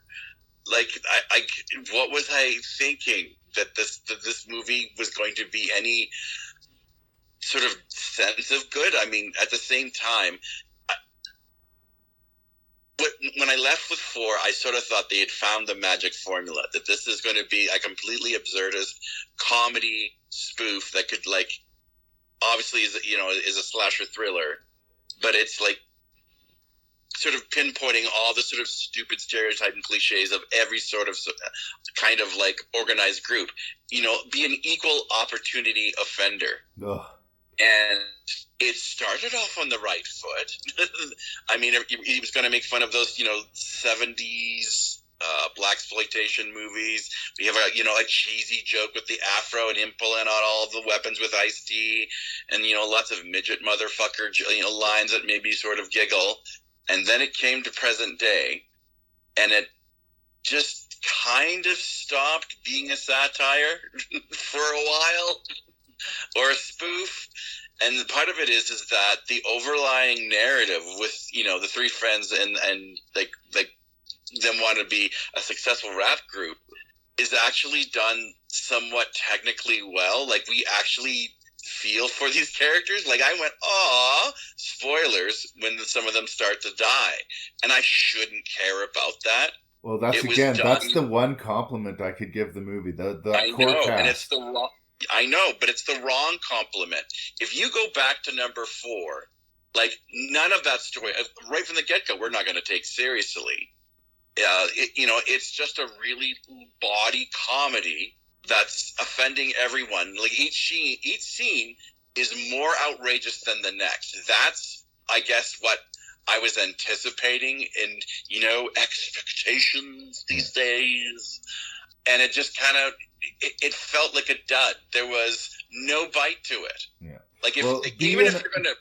Be an outrageous comedy, or you can be sort of like a passionate drama, but together those two flavors don't match at all. So scene to scene, it kind of throws us off a little bit. Yeah, like I said, like, you think a movie with leprechaun zombie fly girls that Beckmann would be all over that and so excited, but by the time that I guess we saw one early, but the time like that joke was played, they did nothing with them really. Theory about the Fly Girls. That fucking terrible music video thing that ends the movie was supposed to be in the middle of the movie. Those Fly Girls come out of nowhere.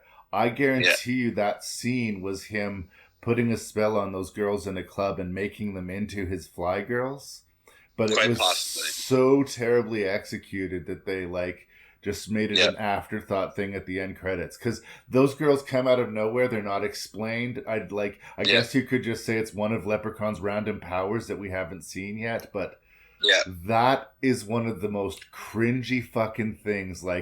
That music video especially, they're not... Lep in the Hood?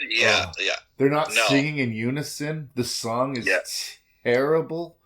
And I wish I could say that was the worst part of the movie. How do you feel about the treatment of the transgender character in this particular film? Yeah, see, here's the thing. I'm going back to the fourth one. You have to be an equal opportunity offender. You have to be. If you're going to do a movie like this, no one is safe. If you're doing it a second time, and this might even be the third time they've done a joke about trans people, now you're just being you're being a bigot, and you're being something wrong. I like to think I don't blanch at this particular thing, but this was not making any kind of statement. This was making fun of that lifestyle of that person. Even her death is kind of a punchline. It's not well handled at all. It has not aged well at all. I don't think it would at all fly today, but it's a one of those weird things to watch. It doesn't seem like it's that long ago. They should have tried a little bit harder. And then they kind of, I don't know, either apologize for it or double down, because later on there's this whole subplot where they dress like women to infiltrate the club, and they have this weird, stupid montage, but it's sort of treated like fun. I don't know. I just don't know how to fucking feel about the movie, because scene for scene, I don't know what the movie's going for, right? Because there was lots of sort of really controversial off-the-wall stuff with 4, right? But it can't. But like I said, no one was safe. This one seemed just kind of cruel, even with the Korean, the stereotypical Korean, a shop owner. I get what they were going for, but cartoon. And don't run a pawn shop in the Leprechaun universe. Here's one rule that we're stumbling on. Isn't this the third pawn shop owner to get killed by the Leprechaun? Yeah, there's that too. I don't know. Like I said, if you're going to be a spoof of this, the jokes have to be fast and furious as well. You can't really fall in love with your lead story. Because there's really, unfortunately something like this, the narrative has to be so loose in a lot of ways, or not as sort of, deep as... And I'm overselling Leprechaun 5 a lot of ways, saying that this story was breathtaking. It's not. It's cliched. It's every sort of it's the movie Juice in a lot of ways. Well, look, the movie about this band who's naively trying to steal their way into the music industry by itself wouldn't work. And the Leprechaun slasher movie in its 5th round, probably by itself, would be a hard sell. But together, it's kind of a catastrophe. It should be better than it is. It should be more fun than it is. And I go back to this momentum problem. There's a lot of scenes that are about twice as long as they should be. Or like somebody will walk away and we will sit there and fucking watch them walk away. Like it's just. Well, yeah. Well, not only that, like they're like I said, like there's a long scene with the three of them right after they've destroyed like the stage and their equipment, and like and it starts off like a long shot, and it comes and it's just really a 2.5 minute scene of them talking about how screwed they are. This seemed like rushed from the get go. Like there wasn't even a whole lot of drafts. Like any sort of person, any sort of editor with any sort of talent would go and go, you don't even need all this stuff. But there is like odd transitions, shots where once again, you know, character's coming out and he's walking for a good, you know, 20 seconds, you know, walking towards his friends, and then it's like a transition, fade or whatever you want to call it, where it almost like he skips closer to his friends, and it's either it's a weird editing choice and it's trying to be somewhat kind of flashy but doesn't work, or literally just an error. Yeah, it's weird. We're deep in and we haven't talked about Warwick Davis. Yeah, well, I mean, Warwick Davis is Warwick Davis. Here's another thing that was really frustrating, because part of the appeal, if you want to, is the sort of like rhyming that the leprechaun dog does. You can either find it extremely annoying or, you know, kind of giggle at the cheesiness. And you would think a movie, a culture like hip hop, that this would be kind of a perfect marriage. But nope. No, not flying. Yeah. Not flying at all. But like just basic things about the leprechauns part of the story. Again, they don't explain where he gets this sort of crew of zombie leprechaun slave women. It's like an afterthought towards the end of the movie. Yeah. But there's also a scene, again, which we've seen before, where he gets trapped in a safe. Yes. And unless I blacked out, like, they never explained how he got out of that safe. He just... Yeah, and that's the thing. If you're asking these kind of questions with a movie like Leprechaun 5, then it's a problem. Because... There was lots of things that you could have gone, huh? And I give this back to 4. But then you kind of go, no, it's Leprechaun 4 in space. It's supposed to be bad. Yeah. I think they forgot what they were doing. They were trying to make a satire, but if you're going to do something like this, have people that either love blaxploitation and know a thing about blaxploitation. I got the sense that this was just a bunch of kind of white guys got together. It sounds kind of bad saying this, and thought, you know, let's try and make this, you know, kind of spoof, but knowing really not a whole lot about satire, spoof, hip hop culture in general. Like, just no, like, get high. And this kind of comes back to your review of like the remake of Dawn of the Dead. If you're gonna do it, be in love with it. Yeah. I felt no passion with this one. Yeah, it's a poorly put together movie. I really do get the sense that like they ran out of time. Ice-T disappears 3/4 through this movie and is not seen again until the climax almost. I think he was supposed to be our big secondary villain, but they didn't use him enough to have any real stakes there. Yeah, we knew that the confrontation would be between the guys and the leprechauns, so there was nothing to do with Ice-T but kill them. To the movie's credit, I smiled at how many times Ice-T was killed in this movie. How many times is Ice-T shot or like left for dead, but he's still got fight left in him? It does become like Naked Gun level kind of ridiculously funny to me at a moment. I mean, and really, did he really die at the end of this movie? Did he? No, like just... It's got an identity crisis, and it's just got an execution crisis. Like, I feel like they're flailing a little bit in the editing to try and make it a little bit more peppy than usual. I also found it unusual, I guess. I don't know what that I should have, but this is the first. This is the first episode where the leprechaun wins. It was weird that the leprechaun won this episode. It was like the first time he actually kind of finished. The credits rolled, and the leprechaun was victorious. But. Because it was like, cross-cut with that fucking terrible dance video. It was like, again, I didn't know how to feel about the ending other than to be happy the movie was finally over, which is never a good sign. Explain something to me to the ending in what I missed, because the necklace goes up in the air. Yeah. Stop me if I'm wrong. The necklace goes up in the air, and it's a shot of the necklace going up, and the leprechaun screams. Does it not? Like they imply it's going to like turn him back into the statue like it had for Ice-T in the prologue of the film.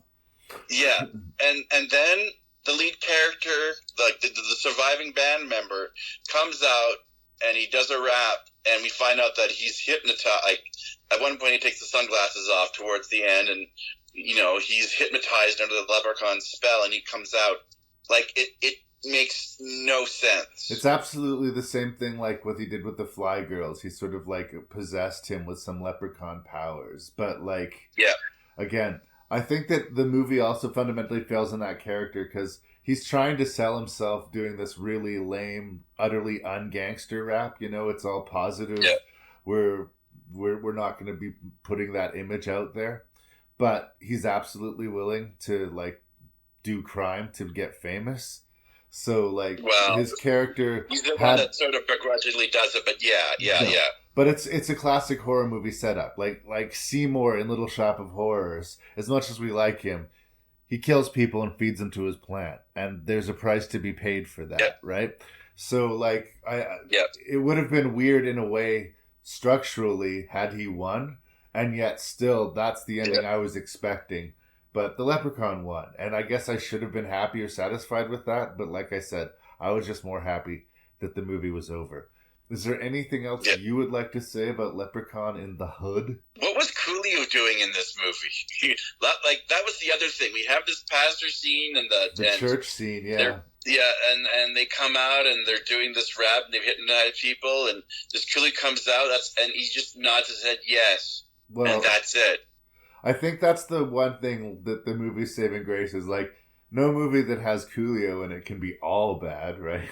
That's right. Like everything you say, I sort of sadly agree with. It's just like if you're gonna make fun of the 1990 gangster film, blaxploitation, or African American, like what would you call films like Boys in the Hood or Menace to Society? Like what genre would you call them? I don't know. They're sort of like the angry young man film, definitely targeted at a, obviously a black audience, but that sort of popped widely starting in the early 90s. I think in the 70s they were big, but mainly just for the audience that they were aimed at. They got their more wide. But like you really would call them like young angry men. They're coming. Most of them are coming of age stories. There's obviously an action, violent backdrop into a lot of them. But a lot of them is he going to get into, out of this life of crime? Is he going to, start the business, or is he going to go to college? Or like there's usually a redemption story that's out there. It seems dismissive to call them thrillers. It seems dismissive to call them action movies, but they're kind of, I don't know. So you wouldn't call these blaxploitation films then? Or at least... Like we're I don't know. talking Do you think Boys in the Hood is an exploitation film? I thought it was more of a drama. No. See, I would consider that a drama. Yeah. And even films like Baby Boy. Yeah. But like there was a series of of urban crime, gangster films that I think could fit with that sort of gangster genre. I don't know. Yeah. And that's what this film is trying to make fun of. And if you're going to do something like this, and like I said, someone who loves this material, something that's making fun of like golden grills and silicone injection buttocks and the hair. And more than that, that's why I sort of. More than that, because as much as like we want to laugh at Leprechaun, that's not what we're there for. We're there for the kills. And you know what we haven't talked about in like the 22 minutes we've been talking about this? The kills. Because they suck. Yeah, they're terrible. Almost all of them. The only one that was really sort of the only thing that was sort of notice was the one where the bodyguard gets blown out, sort of Sam Raimi style, and Ice-T sort of looks and goes, with his Ice-T, God damn, kind of thing. Like, they're like, that's a huge fail. That's a huge fail for a Leprechaun movie. More than failing at being satirical at whatever, I don't even know how well they were attempting to be satirical. I think that the premise was Leprechaun in the Hood, and that's as deep as they thought about it. That's it.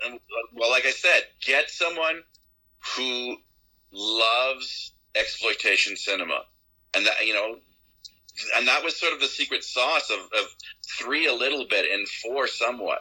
Well, If you're playing in this playground, go hard for it. Like you're a film series now where what more outrageous thing can you show us that we haven't seen before? I came in optimistic for Leprechaun in the Hood, and I officially am reticent going into Leprechaun Back to the Hood. Well, I'm just sort of angrily disappointed. I wanted my exploitation, and what I got was a circle jerk. Leprechauns, born of earth magic. They were protectors of the king's gold and punish anyone who would steal it. But after the king died, they were all whisked away back into the earth, except for one.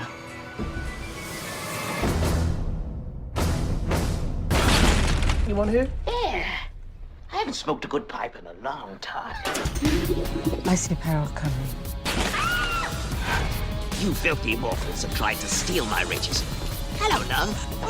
It's a leprechaun and he's after us. He wants his gold back. Come on! Oh! Damn! Who the fuck just took my shit?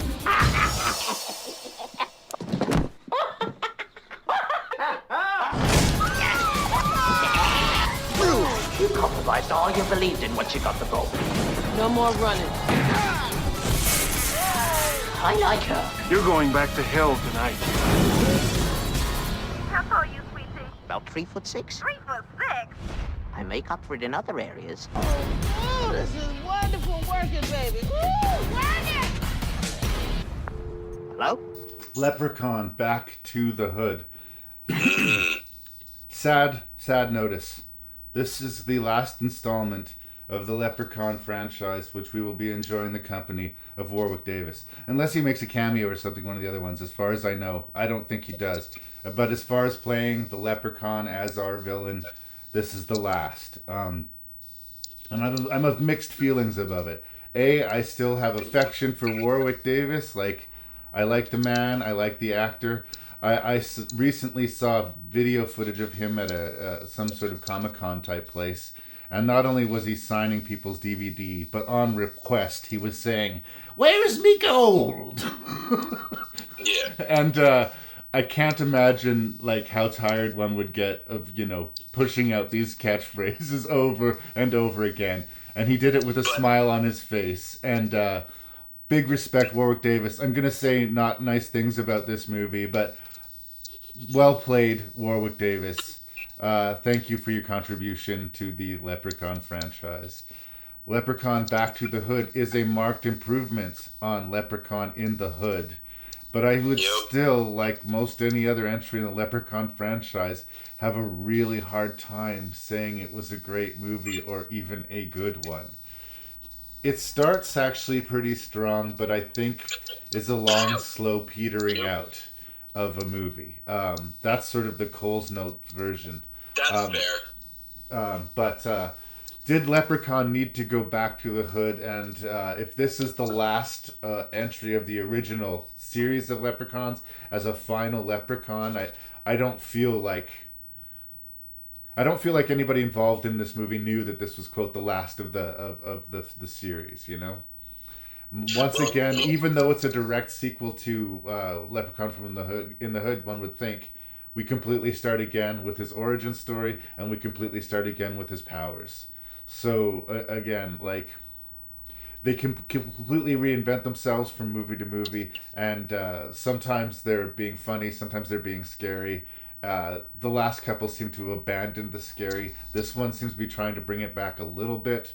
How successful, we can talk about. Where do you land on Leprechaun Back to the Hood? Well, I'm a man of simple tastes. I can sit down and watch Bergman or Louis Malle film and appreciate its artistic beauty. However, some days, like all full-blooded male Canadians and female Canadians, let's not gender it, on Saturday night, I just want a slasher or monster movie where people become bloody steak fillets. Or fillets, excuse me. I'm not complicated that way. But on this particular Saturday night, Leprechaun 6, Back to the Hood, quenched my palate. Do you think it delivered the gore for you? Well, it brought it back in way more than the last one. Okay. I mean, it's CGI.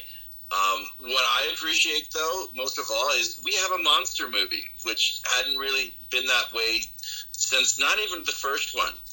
Warwick Davis actually earns his paycheck in this movie, and he doesn't show up, except for the beginning. And bravo for the first, I'd say, 5 minutes of this movie, because we do have that animated...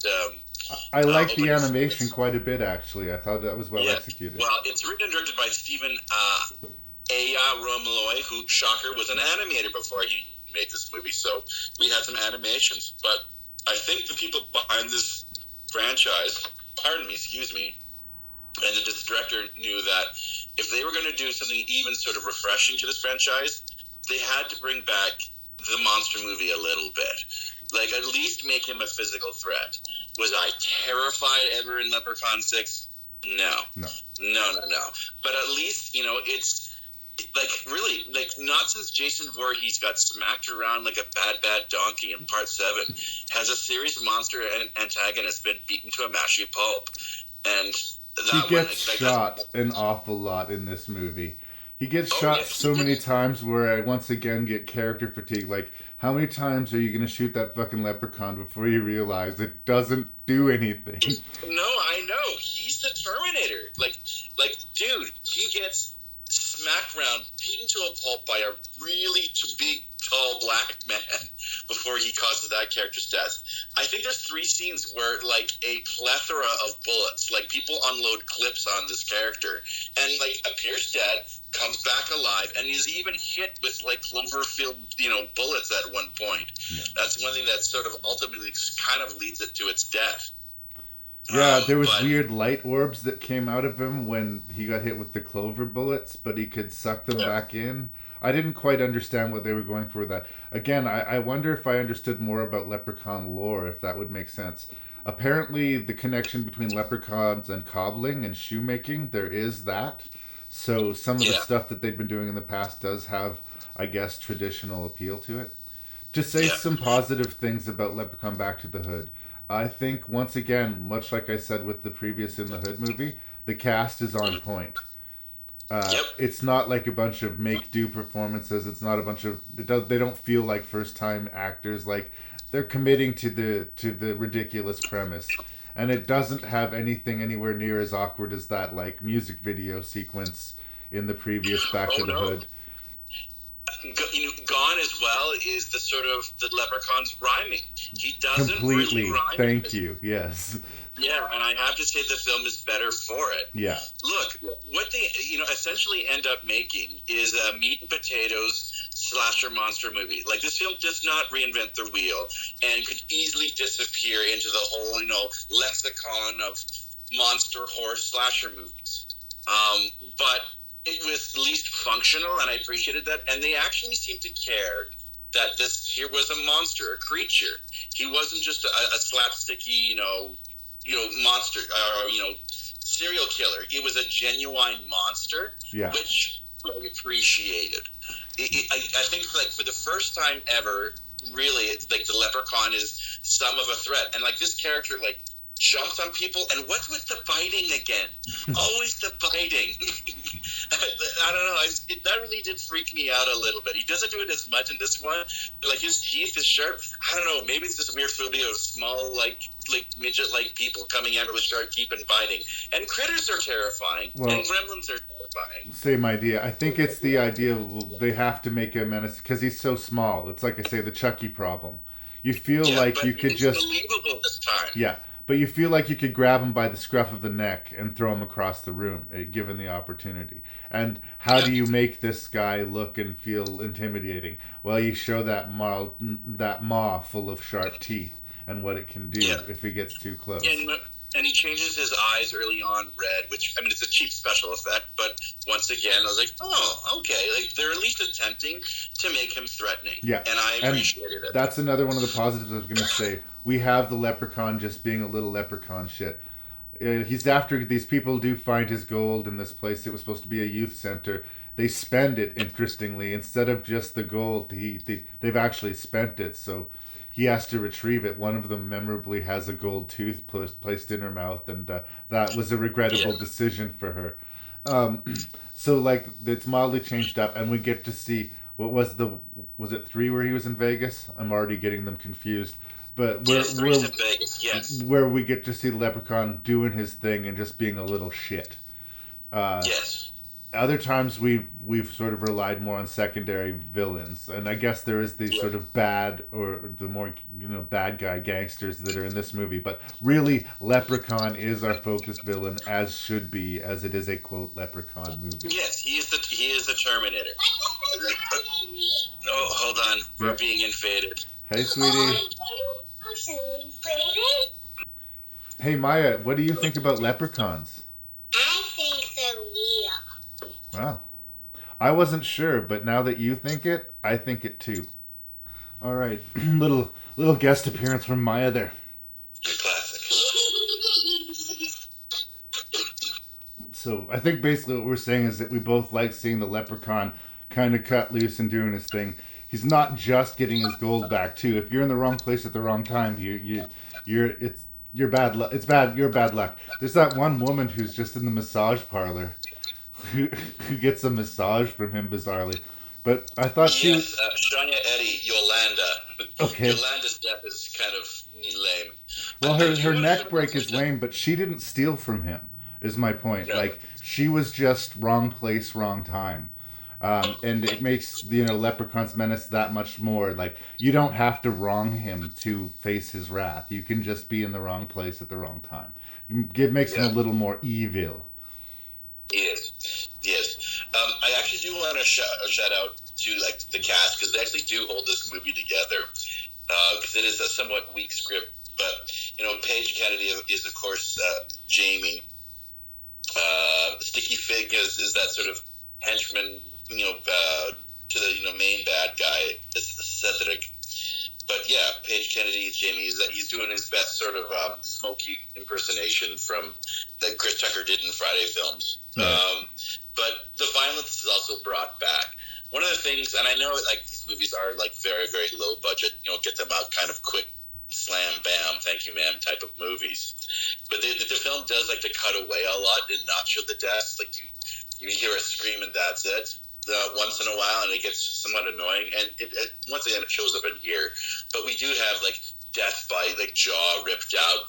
People lose their legs and they hop around somewhat. There's a death by bomb that made me giggle, and it's sort of I appreciate. Thank you for bringing up the police officer, because I would have really regretted not mentioning the over the top cop character, which I was like, when he came out, I was like, man, I hope they do something with this, because otherwise that was like out of nowhere, but maybe not in a good way.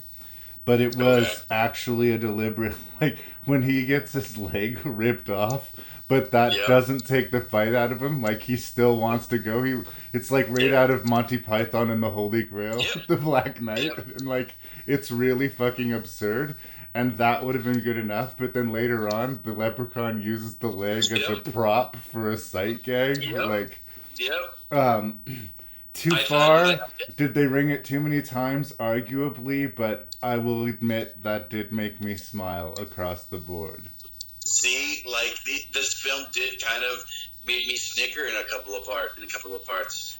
I mean, the death by Bond thing I should have seen coming as well. I mean, that was just not even like foreshadowed. It was just like, just a small note on that. Yeah. It's a bong. Like smash it on the table like you would a beer bottle at a bar or a wine bottle, and then stab them. How do you stab them with the, like, I don't know. Once again, you're asking what in a Leprechaun movie. Did I overthink it? And there's weed with clovers in it, and we get to the Leprechaun baked, and that's not as funny as the movie seems to think it is. And it's totally movie stoned, like, like cartoon, stupid, lame, and just not as funny as they seem to think it is. So that didn't work for me. But again, I think this particular entry was better at being scary than funny, but it wasn't particularly excellent at doing either. No, it has a very long yielding fun if it wants to be scary. I am going to shout out also the character of Watson, played by Sheik. Mahmoud Bey. He's the other sort of big bad in this movie. And so by the time we get to the scene with his character and the leprechaun, once again, I did smile somewhat because he does lay the thunder down on this 4'3" character. And this is even before he's interrupted by his girlfriend wanting his attention. And the leprechaun stays and taps his shoes. But it's a beat down, like just over. And then it finally cuts back. And this guy must have exhausted every single essence from his body because he looks like a tired raisin by the time he's so tired. It's just a really bizarre scene that, I don't know, like I said, he beats Leprechaun, and the Leprechaun comes back up and then just rips out his heart, essentially. Yeah. He literally tears out a very movie-looking, perfect, clean heart and shows it to him. But again, it's sort of like the leg bit that we had earlier. It's not real world at all. It's kind of winky. No. But again, those sort of, when you have stuff like that in the movie, when you go to that sort of airplane level of humor, you can't really ask us to take anything dramatic as seriously. Again, remember in the previous Back to the Hood movie, we had a couple of deaths that felt like they really counted. Less so, I would say, in this movie. Although I would still stand by this as a better movie than Back to the Hood. The production values, although still cheap, still feels like they've gone up a little bit. But like, I just have a hard time getting excited about it. It would could you recommend this movie to someone, honestly, in earnest? Like, if someone said, "Should I watch the Leprechaun in the Hood movies?" Well, no. I don't want to go on saying this is the second coming of Christ. Well, that's not what I'm asking. I'm saying, would you recommend it? The fact that you make that sound, I think, is evidence to what I'm talking about. Yeah, no, it is definitely a run-of-the-mill sort of slasher monster movie, which I quite honestly didn't think that we could even get to by the 6th of the franchise. It is utterly forgettable. You'll see it. It's 87 minutes long. It's not a long movie. Yeah. But the fact that there are so many things that actually somewhat functionally work in this franchise. Once again, it's a sleeker production. It is actually quite a violent movie if you stop and think about it. It's very cartoony. A lot of the violence is projected at the Leprechaun itself. He is a walking cartoon Terminator. But they do away with, like I said, that, rhyming. Thanks, that annoying rhyming. Yeah, and they didn't have those scenes like in the previous Back to the Hood that just went on way too long. This movie was interested in keeping moving forward, and I appreciated that. The other movie just had scenes that way overstayed their welcome. Not all the scenes in this movie were good, but at least they were efficient. And what was with the rainbows? That was another thing I was going to ask about, because I get the whole little storyline with, the youth center and how they end. We have that at least sort of, ended up. But what was with the rainbows? Because it was never sort of consistent. That's where the pot of gold was. If the leprechaun loses his gold, he triggers the rainbow and it shows him where to go look for his gold, right? But even the priest in the beginning, he gets freaked out by it. She does fall through the floor, and I guess finds it there. But then, at another point, it's how he teleports. So I'm kind of he fucking straight up Jason Voorhees teleports in this one.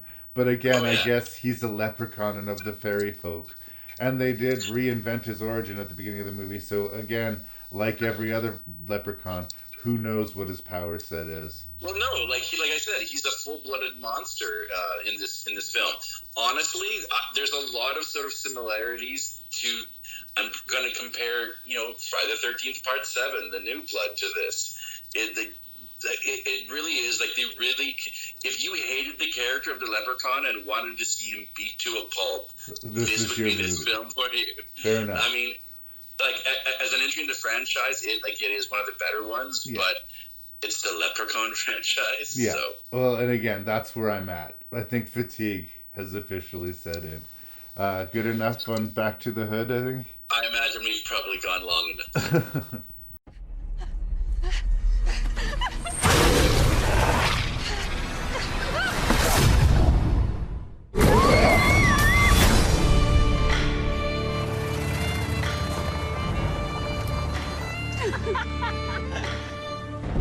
I can see why this isn't a tourist destination. This village is only like 300 years old.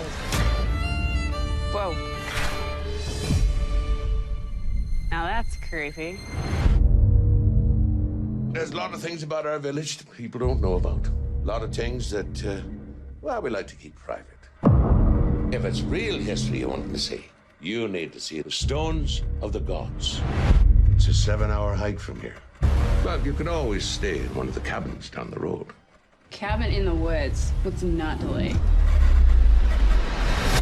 Leprechaun Origins, directed by Zach Lipovsky. You said it well. I am completely confused as to how to feel about this movie, Beckmann. Yeah. Like, it's a WWE presentation. That's neither here nor there. I mean, they bring money to their production values. Sometimes they can do good stuff. I don't want to, I will say this about WWE. When they let the gloves off, they do actually, they put money into their gore. It's usually prosthetic, and I mean, I guess there is some CGI, but the hard R ones, they brought the red, so I will say that. Yeah, but I don't know. Do you know the name of the wrestler that's playing the Leprechaun in this? Hornswoggle, a.k.a. Dylan Mark Postal?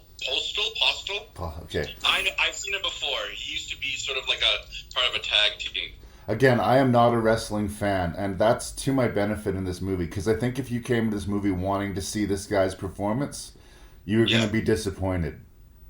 Oh, yeah, of course. The Leprechaun is shown so briefly, like in hot, quick flashes for the most part throughout the movie. Yeah. And when it is shown, it's in quick, sort of skittery close-ups. We get its foot, we get its teeth, we get its eye.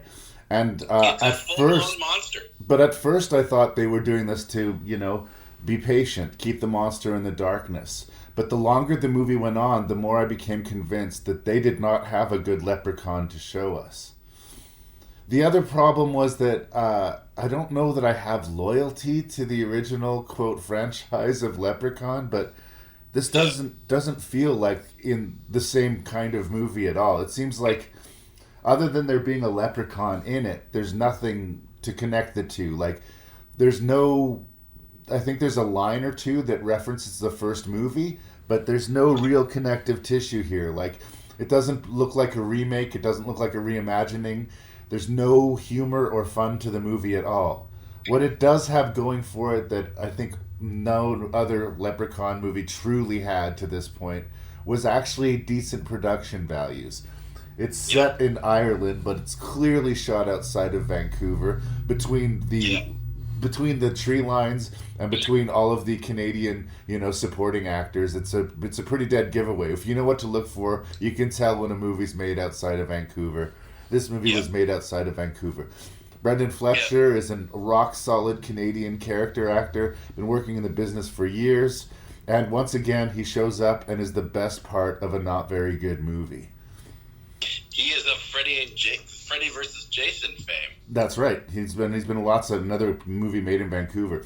Lots of Canadian-made films, and even some other ones have him in it, and he usually overperforms for me. I usually think no matter what the script, no matter how interesting or uninteresting part, that guy tends to pop for me. And unfortunately, he's like the first person to get killed. He only lasts like the first hour of the movie. So I will say this though, and like when we get to talk about things we like, he does pop up, but also that scene as well. I think he's a good character actor.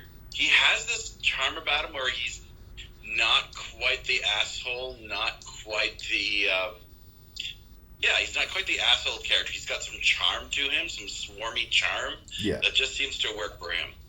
And like our sort of lead girl who's supposed to sort of level up, she starts off being not super confident and she ends up being super strong. I don't know. I'd seen that before. Wasn't exactly, blown over by it.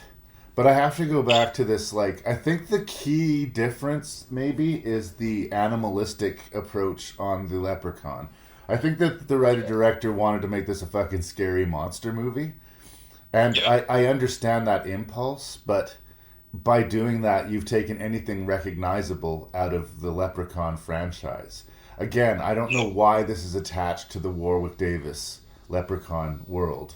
And again, it's not that I hold it in that high esteem or that it's sacred territory for me, but I've already watched 6 of these movies, so even though they're not consistent as to the world or the rules, I still kind of felt like I knew what a Leprechaun movie was. And as the credits rolled on this, I didn't think this was a Leprechaun movie. Yes. Well, I mean, I sort of start off the same way, sort of like as the end credits rolled on this latest Leprechaun movie, I did ask myself, what actually makes a quote-unquote Leprechaun movie? Because this version has replaced the main villainous character from Warwick Davis with Hornswoggle, a.k.a. Dylan Mark Bossel, for all the WWE fans out there. He's actually a full-blown monster. I didn't mind the look of him. He could easily have been a troll.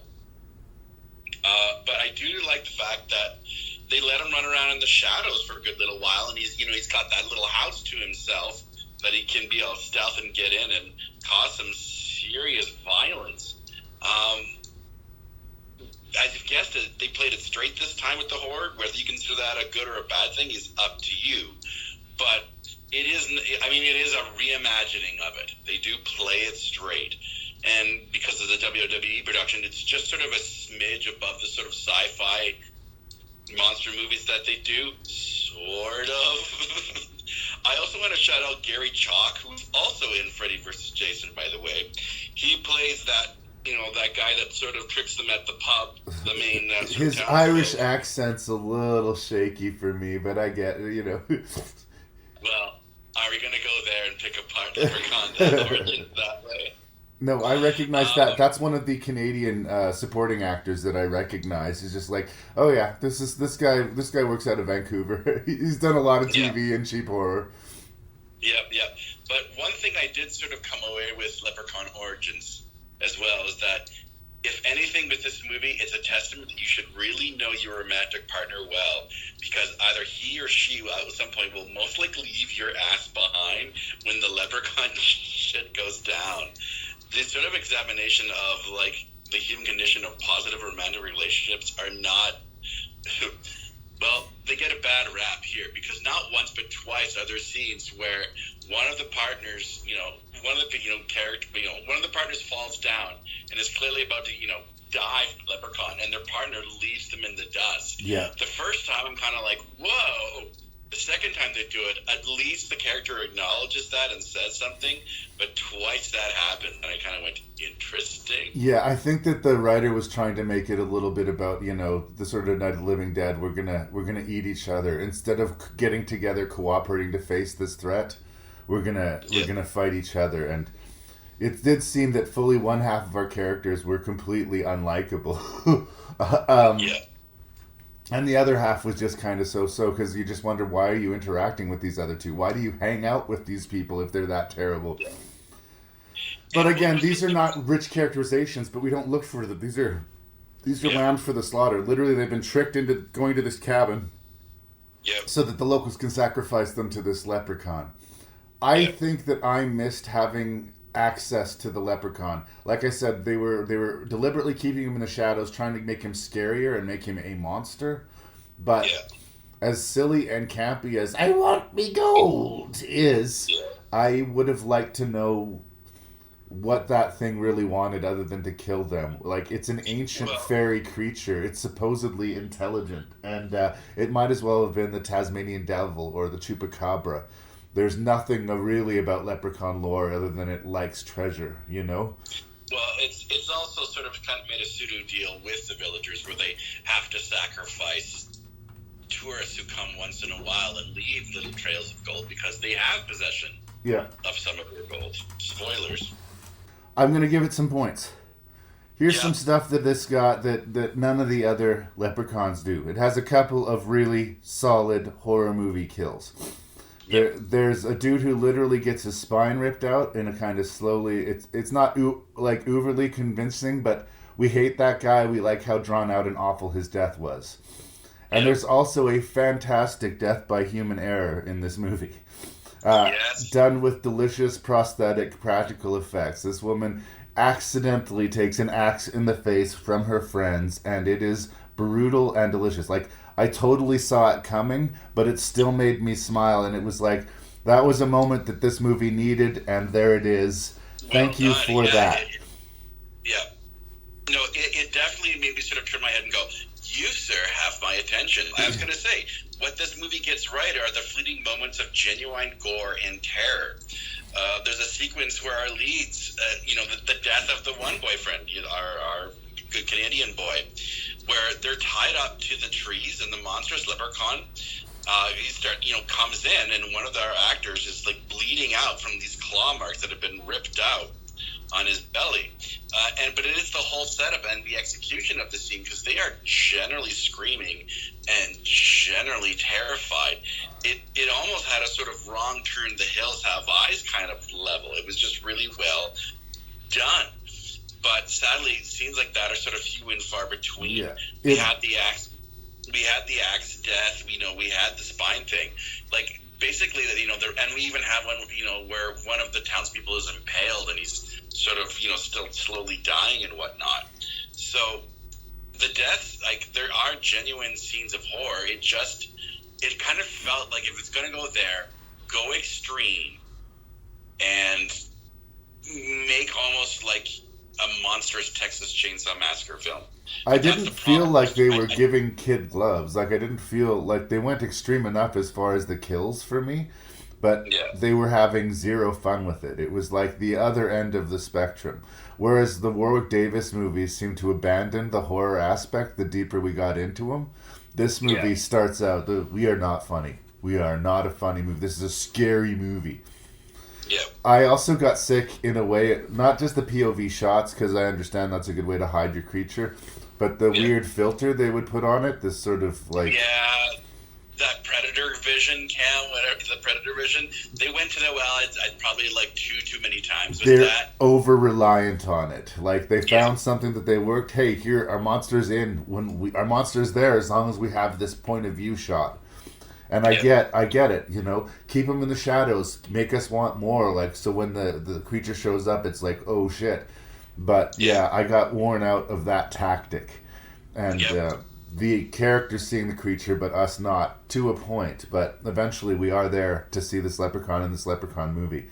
And again, I don't know if I buy the creature, like, it does, in a way...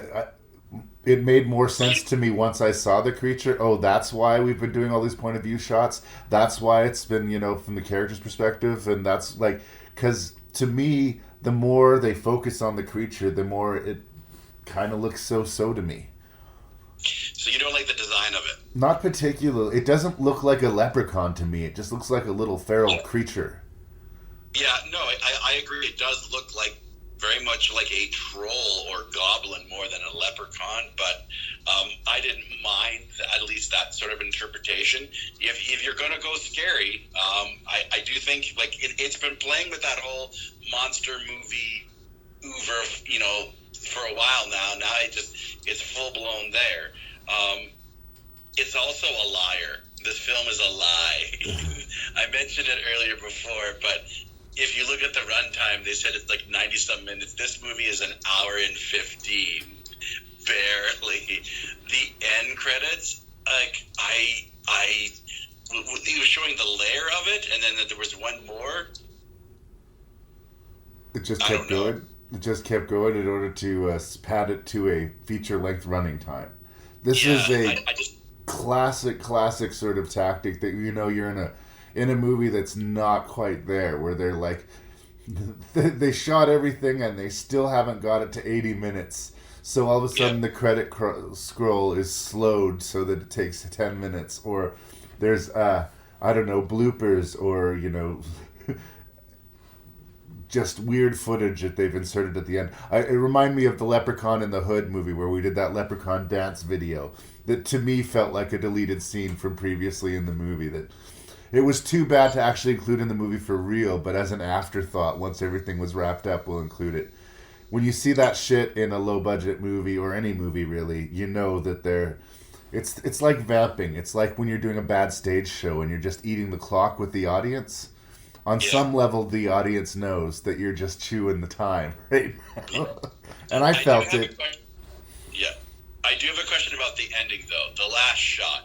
Because obviously, spoilers, our last survivor girl at least gets to the statue, touches it, and she cannot be harmed. But the second she lets go, and she hightails it again, she can be sort of hunted. Are we led to believe that there is obviously more than one, as in, like, there's a pack of leprechauns now? Oh, I think the film implicitly tells us that there's more than one leprechaun, but she was being sacrificed to that one, I think. I think her business with the one. The other ones, I don't know if they were there watching or cheering them on or what. They didn't seem to participate, but when she ran through the tall grass, you could see other things were kind of paralleling. They were paralleling her. I don't know, like, if they were going to give her a pass, but more importantly, I don't care. Like, I'm not invested enough in that character. Like, if it would have ended with her death, I would have felt as good if her ending with her, being victorious. Yeah. It's weird because the production value and the acting and, like, the effort poured into this movie is, like, legit, I think. But I don't know. This might be one of the tougher things to rank because it's just technically a better movie than a lot of the Leprechaun movies that we've seen, but it doesn't feel like it's playing within the Leprechaun rules or in the Leprechaun sort of area. No, I mean, it's a full-blown monster movie. What was frustrating to me is that there are, scenes scattered throughout or peppered throughout this movie that actually really work. Like I said, there was, like, at times I thought, well, this is good, genuine horror. But all of a sudden I kind of, when I started to think of other movies, that was the problem for me, where I kind of thought, you need to go farther. Sure, I mean, you could have made that whole movie with them stuck at the cabin, and if you're going to have multiple leprechauns, running through the whole, fields and everything, you have them trapped and picked off one by one. You don't even need the townsfolk, or at least up until the end. So it was just sort of strange that I thought it's almost there. It's one of the, of course, we'll easily get lost in the whole vapid space of, horror monster movies. Yeah, it's more professional than most of the Leprechaun movies we've seen, and yet somehow less satisfying. It's a riddle wrapped in an enigma wrapped in a Leprechaun movie. It's frustrating once again because there's potential there. That's the thing. But I mean, it's not a true Leprechaun movie. If we have to get down to it, because there is, like I said, no humor. There's, like, one catchphrase, which is at the kill, whatnot. I don't know. Maybe it would have been cheesy, but even if it had, like, a gremlin thing where, like, the gremlins talk a little bit, but not much. But if we'd heard it muttered the blood or gold or something, like, give it some kind of personality. I don't know. But then maybe that would have been stupid too. I don't know. I'm right back where we started. Like, I honestly don't know how to feel about the movie. It's hard to say that it's terrible, especially when, grading it against some of these other movies, but it just doesn't seem to belong. But you didn't hate it either, though, right? Well, again, I just have to compare it to the stew that I've been eating. Like, I guess I enjoyed watching it more than I enjoyed watching the last two Leprechaun in the Hoods movies, but it feels like completely different. But is that a bad thing? Is, I guess, one of the sort of, segue questions or side questions. Well, that's the thing. If you're doing a reboot, sort of like other mediocre monster movies, or sort of, at the level monster movies. I mean, would this be, a strong recommendation? No.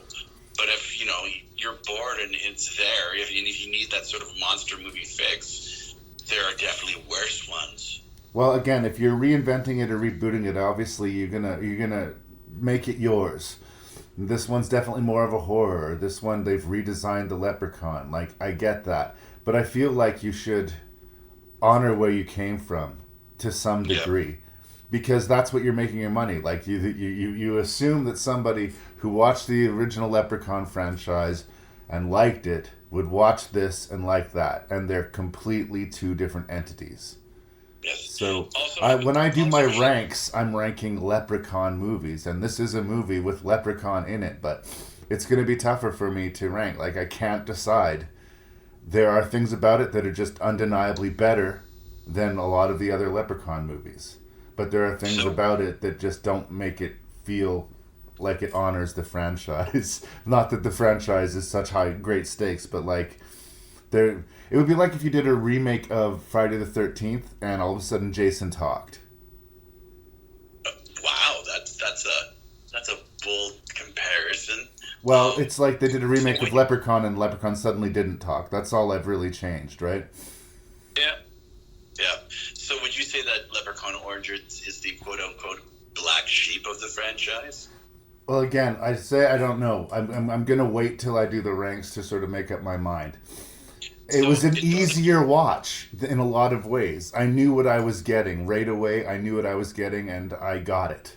And some of the other, there's this weird, crazy chaos to the other Leprechaun movies that sometimes you want to look away, and sometimes it's weirdly hard to look away because there's something so odd about it. And I think that might be the thing that the Leprechaun series had, that they were strange, that they shouldn't be as popular as they were, like that they had something that we couldn't put our finger on, but we kept on coming back to. And whatever that thing is, Origins doesn't have it. Okay, fair enough. I'm also going to shout out that gory leg scene. It's one of the first injuries to happen. I think when they're running away, the Leprechaun really tears apart Brendan Fletcher's leg, yeah. Yeah, and that's also really well done. Like I said, great production values. Yeah. I will say this is really for horror completists only. Which could be said of the entire Leprechaun franchise, really. Yeah, I mean, not only that, but I'm just sort of thinking of if people are saying, well, I need something to sort of just, turn my brain off, but I want to see bloodlust. There are worse movies than Leprechaun Origins. That might be sort of like the highest praise I can give it. It's another monster movie, but maybe not a Leprechaun movie. Good enough? I say it's good enough. I've got a lot of killing to make up for. This can't be real. Do I look like a figment of imagination to you? I want me gold. Here's this thing my mom always said was real. Her and her friends threw me down the well to rot. There is a deranged dwarf obsessed with money in the kitchen. It's a leprechaun. He would murder anyone for his gold.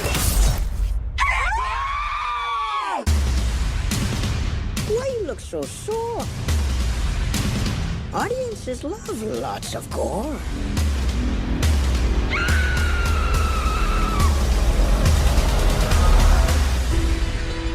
I spent last summer stopping poachers from killing sea turtles in Costa Rica. I can handle a bunch of pocket-sized pixies. The Leprechaun returns. Can you believe it?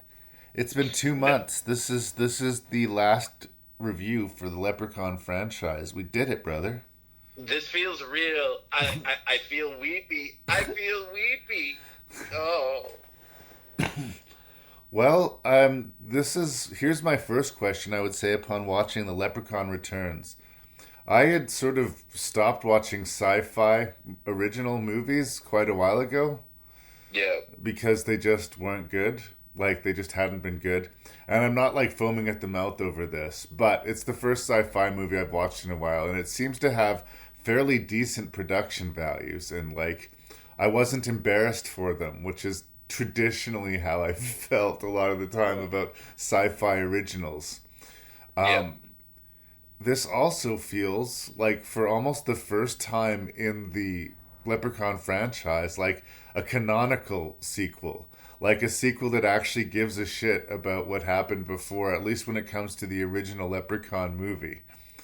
No doubt. I was going to say, the makers of this film had a deep respect and love for the original, and I don't know if that's exactly warranted, but, they reconstructed the house from the first movie, Larry, because that house didn't exist anymore. They rebuilt it. Reconstructed the house. Yeah, and characters from the original movie return for this one. The daughter of Jennifer Aniston is our protagonist in this one. Everything, even down to his shoe fetish, is actually represented in this. That doesn't make the movie good by itself, but it's really the first entry of the series that seems to have respect for what came before it in at least a limited degree. And for that, points. The other thing that I will get points, because I will end up saying some negative things, but the Leprechaun has a personality again. In the Leprechaun Origins, what we had was like this feral beastie Tasmanian devil, except for it somehow still liked gold, but like there was no personality. There was no conversation to be had with that particular leprechaun. And I didn't realize how much I missed that like this leprechaun's a little shit. He's not Warwick Davis, but he's a hell of a lot closer to the Warwick Davis leprechaun than the previous installment had been. So, by Leprechaun movie standards, that's positive things that I'm saying. That said, and I don't know that I've ever said this out loud, and I guess I've saved it for the last entry to say it out loud. Of all the franchises that we've covered, and maybe of all the franchises in my collection, I might have to put the Leprechaun at the bottom. There's just not enough here to really justify 8 movies, you know? So as much as I can say, way to go, you guys, you finally made a quote-unquote proper, respectful sequel to Leprechaun, it's still not quite all that. And I'm still 8 movies deep, pretty unenthusiastic about the franchise. I mean, the movie did nothing to turn me around, particularly. I think it's better than Origins, but that's faint praise. Where do you land? Well, I'm going to start with, I did ask this question earlier, but here we go again. So what makes a quote-unquote Leprechaun film? This is by far, it's the closest to the formula of the films that have come before it. We have, once again, a homicidal, wisecracking, rhyming, monstrous elf. Gnome that's released, and it's the same one from the original, actually, to wreak vengeance and murder.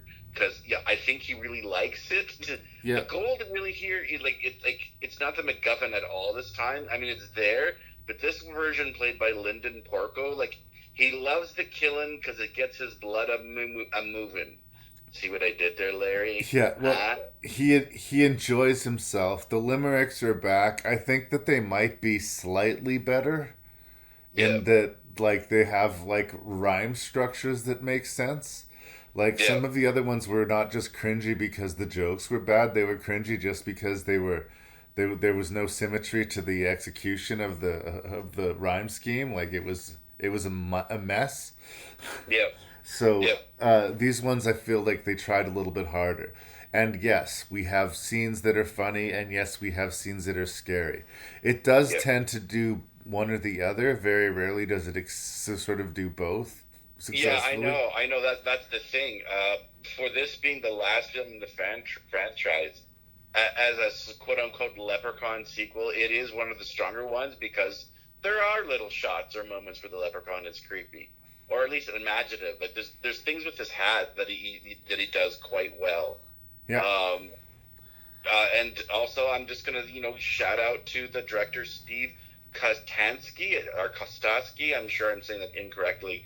He is one duo of the much better horror film The Void, by the way. Oh, really? And him and the Canadian production crew, they actually have done a lot of sort of schlocky B horror movies, as well as sort of very Canadian movies. So shout out to that whole production company, which I forget the name.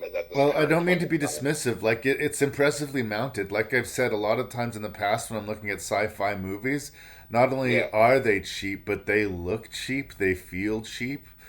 This is not a big budget movie, but it feels like they're trying. They're doing well to execute it, There's not a bunch of insert commercial here movies. It doesn't feel, quote, television like some of them do. The CGI certainly hasn't taken over to a really distractingly bad degree. And actually, a lot of the gore scenes are actually prosthetics. Again, they're really well done. So I kind of give special shout out points as well. I also do want to shout out to actor Taylor Spritler. She is Lily, the quote unquote daughter of the Jennifer Aniston character. Right, our protagonist. Pardon? She's our protagonist, yeah. Yeah. I'm also going to shout out to her costume department, and I sort of say this embarrassingly as a white-blooded male. Never have I found an actress as undesirable as Lily, and I mean this as a compliment. Oh, I know really? what they were going for, and they succeeded. Her clothes weren't fashionable in the 90s, and they sure aren't now. There are prolonged sequences in her granny underwear, and that seems almost like anti-exploitation scenes. It's like the filmmakers are mocking the red-blooded, lonely male, in the audience. And we knew that we would eventually get to this point in horror. So, like, shout out. Like, I mean, I do know that, like I said, it's what they were going for, but I just kind of went, hey, this is a Leprechaun. No, but there was no scene where all the girls got into the showers or had a tickle fight or anything like that. That maybe somebody was waiting for. That hasn't really been real big presence in the Leprechaun franchise either. Not that it's been without nudity. There's been a little bit here and there, but it's not really been about sexploitation particularly. No. Well, I mean, they at least were committed to the idea that this character was a bit of a shut-in because she was taking care of her mother for most of her life, and she'd become very independent and handy around the house and knew lots of things actually. So I'm saying this as a shout out for they stayed true to the character, if you will. Right. Yeah. And she was less of a fuddy-duddy because I found Aniston's character kind of unlikable for the first reel of the original movie. She wasn't like, oh, ew, this place is old and dirty. Why is this place so small and middle class? That was a kind of not super fun aspect of the original character. They brought back whatever the issue was. I don't know if he's got a head injury or if he's special needs or if he's supposed to be autistic or what. But we're gonna say global delay. That's a technical PC term. Okay, let's definitely be PC on this motherfucker. But I thought it was interesting that they brought him back, and I was surprised at the use of the character. Not only do they kill him early in the movie, but they kill him brutally. Well, this series does have a thing with the Leprechaun bursting out of people. Yeah. I think this is probably the third time. I could be mistaken. There's probably more. Where he does come out like a sort of boiling cyst. He's birthed from them alien style. Yeah, he was birthed from them sort of alien style a few times, but yeah, he gets splashed from the water in the well, and he's infected by it, and these two little leprechaun feet stick out of his stomach, and he kind of bursts, and then he's still kind of alive and twitching, and the leprechaun's laughing at him as it happens, and he gets his gold coin back that the guy had swallowed 25 years earlier. Yeah. I don't mean, usually characters like this, when they're in a horror movie, they're cartoonishly portrayed, and they definitely check that box, but B, they're usually safe. They don't typically, kill somebody who's handicapped or in any way disabled, quote unquote, in horror movies. And because they'd taken the time to bring the guy back from the original movie, you'd think that they would do more with him. And to the movie's credit, they kind of do. Later on, he shows up from the spiritual plane to sort of point our protagonist in the right direction as to how to deal with this leprechaun. So, I mean, it was, I guess, a good use of character, and like I say, a fundamental direct tie to that first movie, which, made it actually feel like it belonged within the, quote, Leprechaun universe, which doesn't really exist except for in the first and last movies, really. Yep.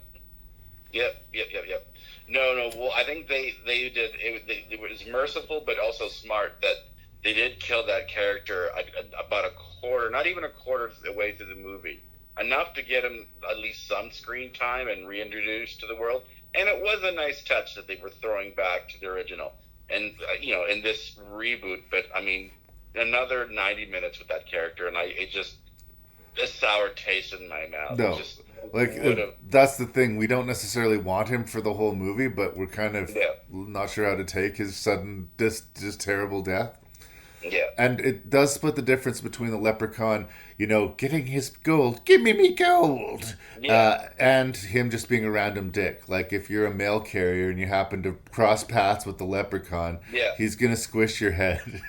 Well, this leprechaun really likes to kill him. Like, he brags about how it gets his blood a-flowing or whatever. Yeah. Gets his mojo back.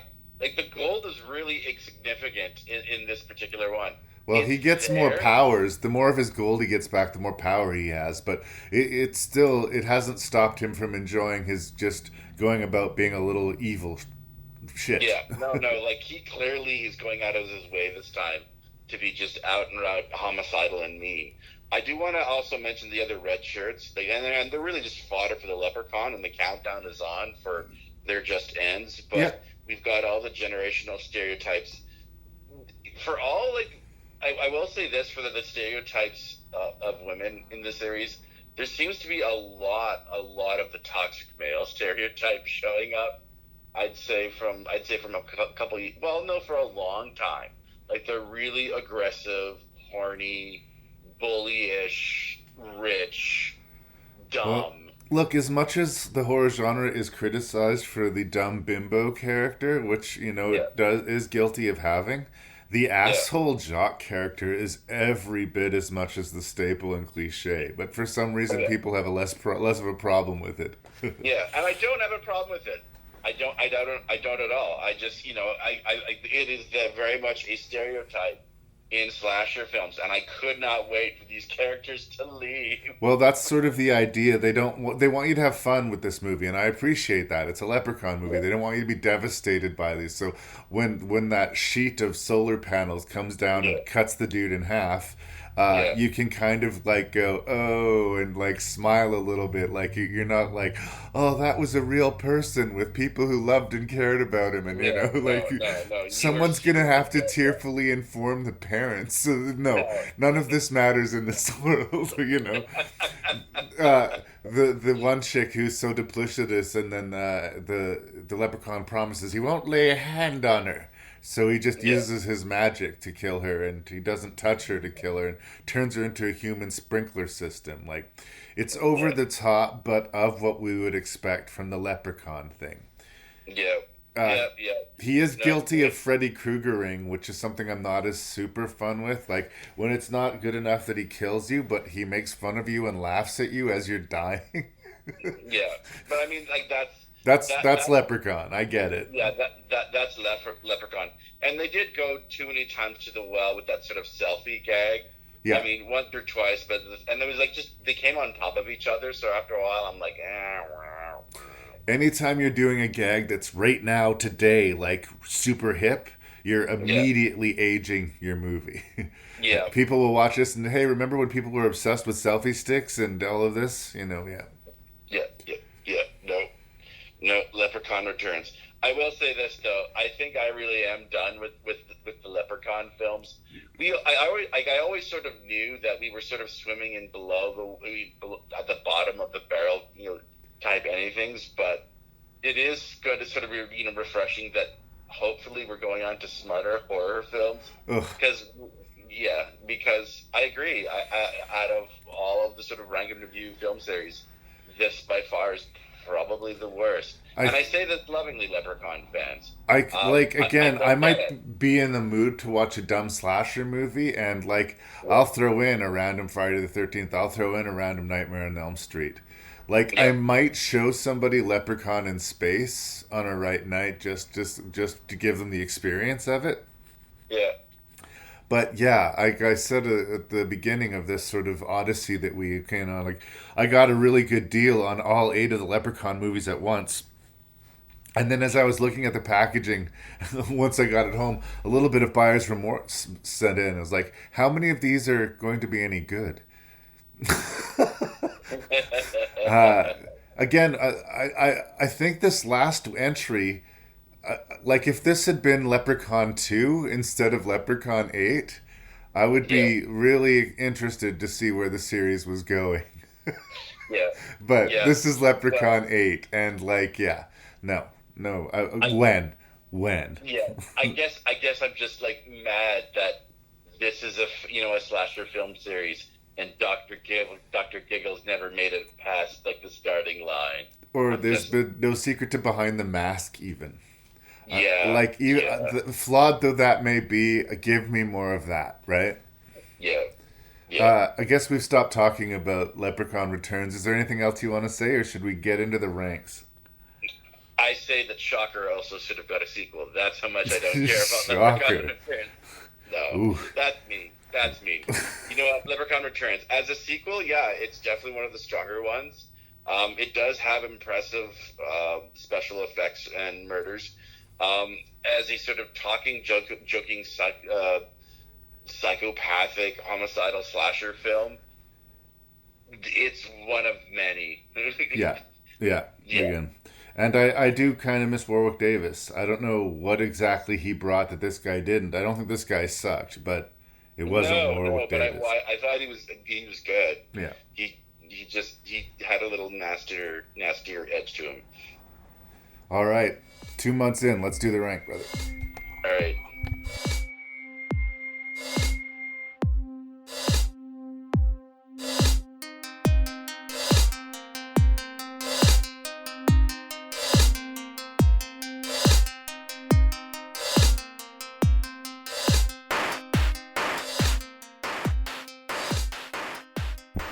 So after 2 months of leprechauning, and we did this right through St. Patrick's Day.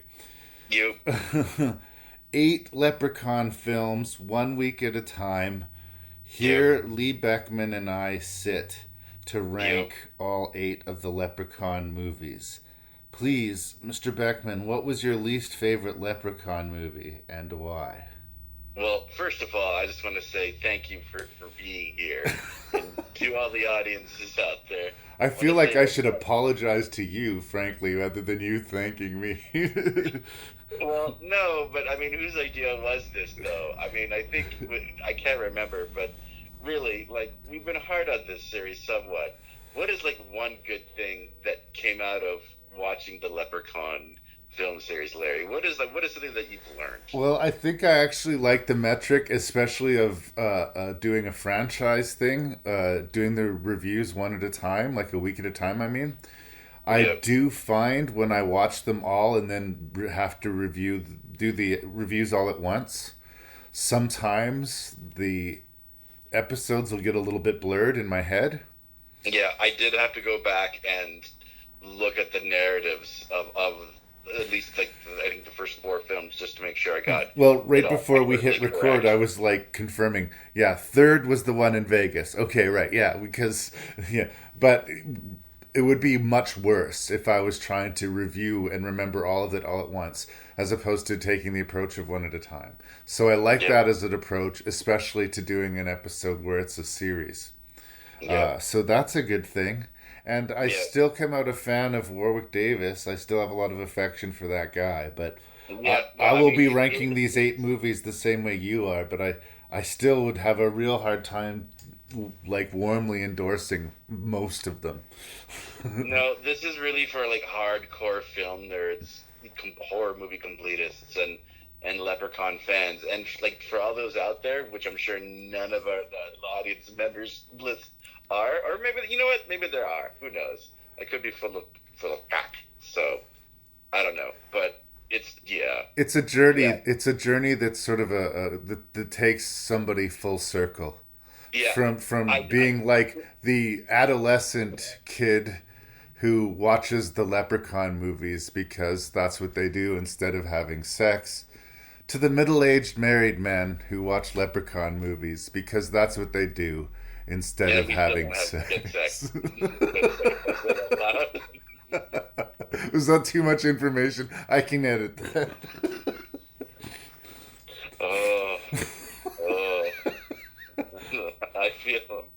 I feel a tumor growing. right in the feelings. Let's try this again. So what was okay, the ranks, yes. What was your least favorite Leprechaun movie and why? All right, so at number 8, I have the brilliantly conceived yet middling executed Leprechaun 2. I mean, I would rather talk about this brilliant muffin recipe than talk about Leprechaun 2 because it was my least favorite. So let's start off with, first of all, you get some like flour, but it's no, never mind. Leprechaun 2, it sucks. At number 7, I have the original Leprechaun. I really can't believe that this film started as a film series. I can watch Friday the 13th and understand why. It's such a slog and a chore, and I've never really found Jennifer Aniston all that attractive. Good for her. This is her first big movie, but it was tedious to get through Leprechaun this time, and I think this is the third time I've seen it. I don't know. That's number 7. And that's where we started. All right, number 6, and this is more just I can't decide if I'm putting this as low as it is because I was more excited for it and I was so hugely disappointed. Leprechaun Into the Hood. This movie, it had its moments, and I wanted so much more for it. And I can't believe I'm actually saying that about a Leprechaun film. So I don't know, just Leprechaun Into the Hood. It's not a good movie. It is no good. It is up to no good. Yeah, and I feel ashamed that I was even excited for a Leprechaun film. Yeah. So there. So number 5, we have Leprechaun Origins, and it was controversially put here because production-wise, it is better than some of the other films that are going to appear on the list before this. It is a somewhat effectively made monster movie slasher film, but it's not a quote-unquote Leprechaun film, and I'm judging this film list as a quote-unquote Leprechaun film. So Leprechaun Origins is number 5. All right, number 4, Leprechaun Back to the Hood. Once again, I don't know if this is to do with sort of expectations. I was disappointed with Into the Hood or Back to the Hood. I don't know. Just Leprechaun Back to the Hood. I didn't dislike it. That's all I'm going to say. Leprechaun 3. This is like when Brian Trenchard Smith. And if anything, I'm happy for learning about this director, this prolific director who's pumped out a lot of exploitation movies. This was his first one. There was at least some kind of weird vibe to Leprechaun 3 that I appreciated, in that just bizarre, almost so bad it's good. Once again, there's not enough craziness to sustain, given this a somewhat positive, you really should see this kind of movie kind of way. But Leprechaun 3, it was the start of something good. And I feel that song coming on. Number 2, Leprechaun Returns. And I'm not saying this as like this is a great slasher monster movie series, but as the sequel goes, Leprechaun Returns as a film in the series is somewhat strong, and I say that sort of surprisingly. So you guessed it, number 1. If you ever have a so bad it's good film night, you really should strongly suggest Leprechaun 4 in space. There's just something about it that it's just... on a different night, this movie, you would hate this movie. You would hate this movie. But in the right mood, with the right kind of people, in the right kind of atmosphere, Leprechaun 4 in space is brilliant schlock. So there's my list. There it is. Wow. Well, we have very different lists, I have to say. I was starting to think during the bottom half of your list that we might go 0 for 8 if that was possible. Wow. You like the Leprechaun in the Hood movies more than I do, apparently. Yeah. I think that's what the problem was. I don't think we're going to get in a fight over any of these, though. I'm not going to be like, how dare you, sir? Really grading different shades of brown on the shit pile. The bottom 2 switched places. In the end, I put Leprechaun Back to the Hood at the very bottom because although arguably it's better in a lot of ways than Leprechaun in the Hood, which is number 7, I enjoyed the badness within Leprechaun in the Hood more than I enjoyed the badness of Leprechaun Back to the Hood. there is stuff in Leprechaun in the Hood that you can just laugh at. Like those Fly Girl zombie dancers. That shit is straight up embarrassing, like Birdemic level holy shit. Like, that is cringe level, like hide under your chair, curb your enthusiasm, like embarrassing. Plus, it has weird cameos. Coolio and Ice-T are in that movie, you know. Like, I just, yeah, I know. Like I said, I feel almost embarrassed for having expectations of a Leprechaun film. Well, and like I said when we reviewed it, part of the problem was that I was coming off of Leprechaun in Space, and I wanted it to be good, and it did not deliver for me. So yes, in 8, Back to the Hood. In 7th place, Leprechaun in the Hood. In 6th place, Leprechaun Origins. I don't know why I feel so betrayed by the fact that the Leprechaun was denied a personality, but that is the thing. As a horror movie by itself, between the acting and the production values, it's better made than most of these movies. But we're grading these as Leprechaun franchise movies. And I think that this is the furthest off the path that we stray from whatever I in my head define as a Leprechaun movie. This one's the furthest away from it. So although I will applaud some of the production values, always like Brendan Fletcher, and it has that great axe to the face kill. But no, not gonna happen. All the way in 5th place, the original Leprechaun, which is so bland. It is like it's eating like I don't know, mini wheat cereal without milk. It's like, it's just, there's nothing to it. Like, you would never watch this movie and believe, they made 7 sequels to this? Like, seriously? I'm amazed they finished making this one, for God's sake. This is why I'm shocked it's as high as you put it, but okay. Well, it's in 5th place. I think the one that you'll be really shocked is the one that's in 4th place, which I believe you put at rock bottom, which was Leprechaun 2. But here's the thing. I think Leprechaun 2 improves on Leprechaun 1 in certain ways, in that it gives the Leprechaun a bigger world to play in. It establishes more of his powers. The thing that really kills Leprechaun 2 is some of the acting in it. Like, our 2 main romantic leads are brutal, right? Yes. And there's some racism, some not so subtle racism to be found in it. But again, sort of like Leprechaun in the Hood, there's stuff to laugh at and smirk at in it. And I found it easier to laugh at this episode than I did some of the other ones, I guess. But this is the toxic fucking well that we're sinking in when Leprechaun 2 ranks number 4, like at the halfway point in the list. Fucking ouch.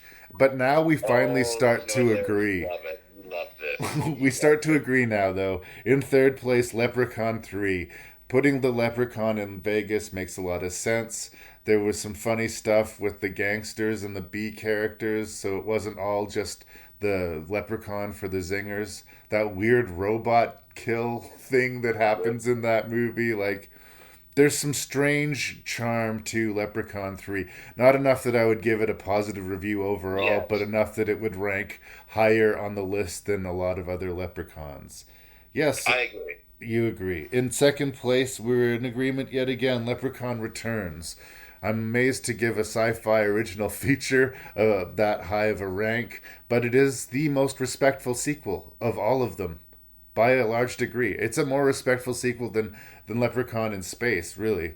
But it cares where it came from more than any other movies. And it tries to respect the rules that were established. And it's like trying to be a true sequel.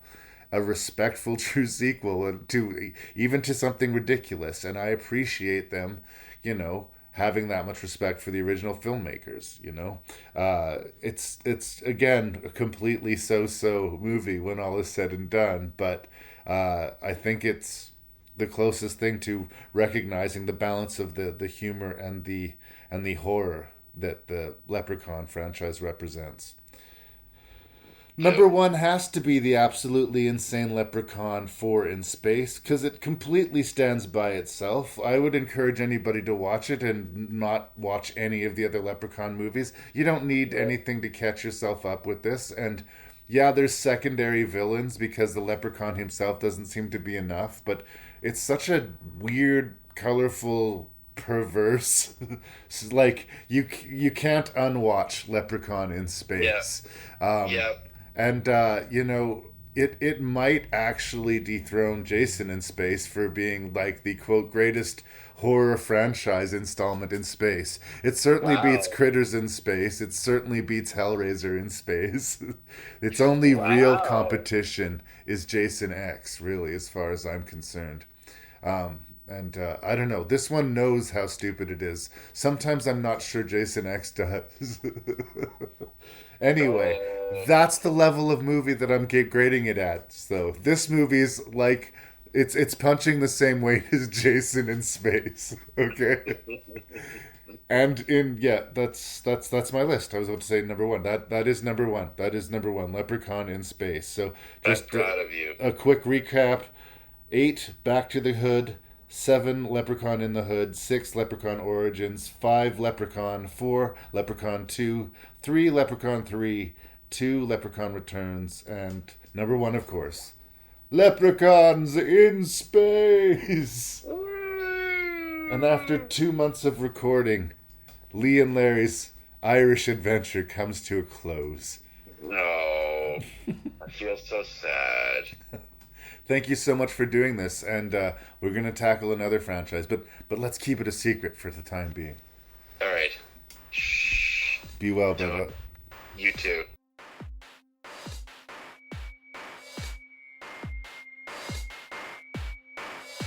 Funny, doing the episodes this way, doing a review once a week, it helped me to differentiate the individual chapters of Leprechaun, because sometimes when I watch them all in a bunch, that they kind of bleed into each other. But I can't understate how energized and excited Mr. Beckmann was by some of these reviews. I try to be more disciplined, and I don't want the reviews to go much more than 20 minutes, half an hour max.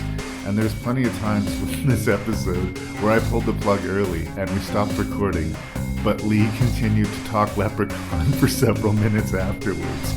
As much as he was playing like he didn't dig the Leprechaun, I think he digged the Leprechaun a little bit. But that's why we love Mr. Lee Beckmann, because he gives it his all in everything he does.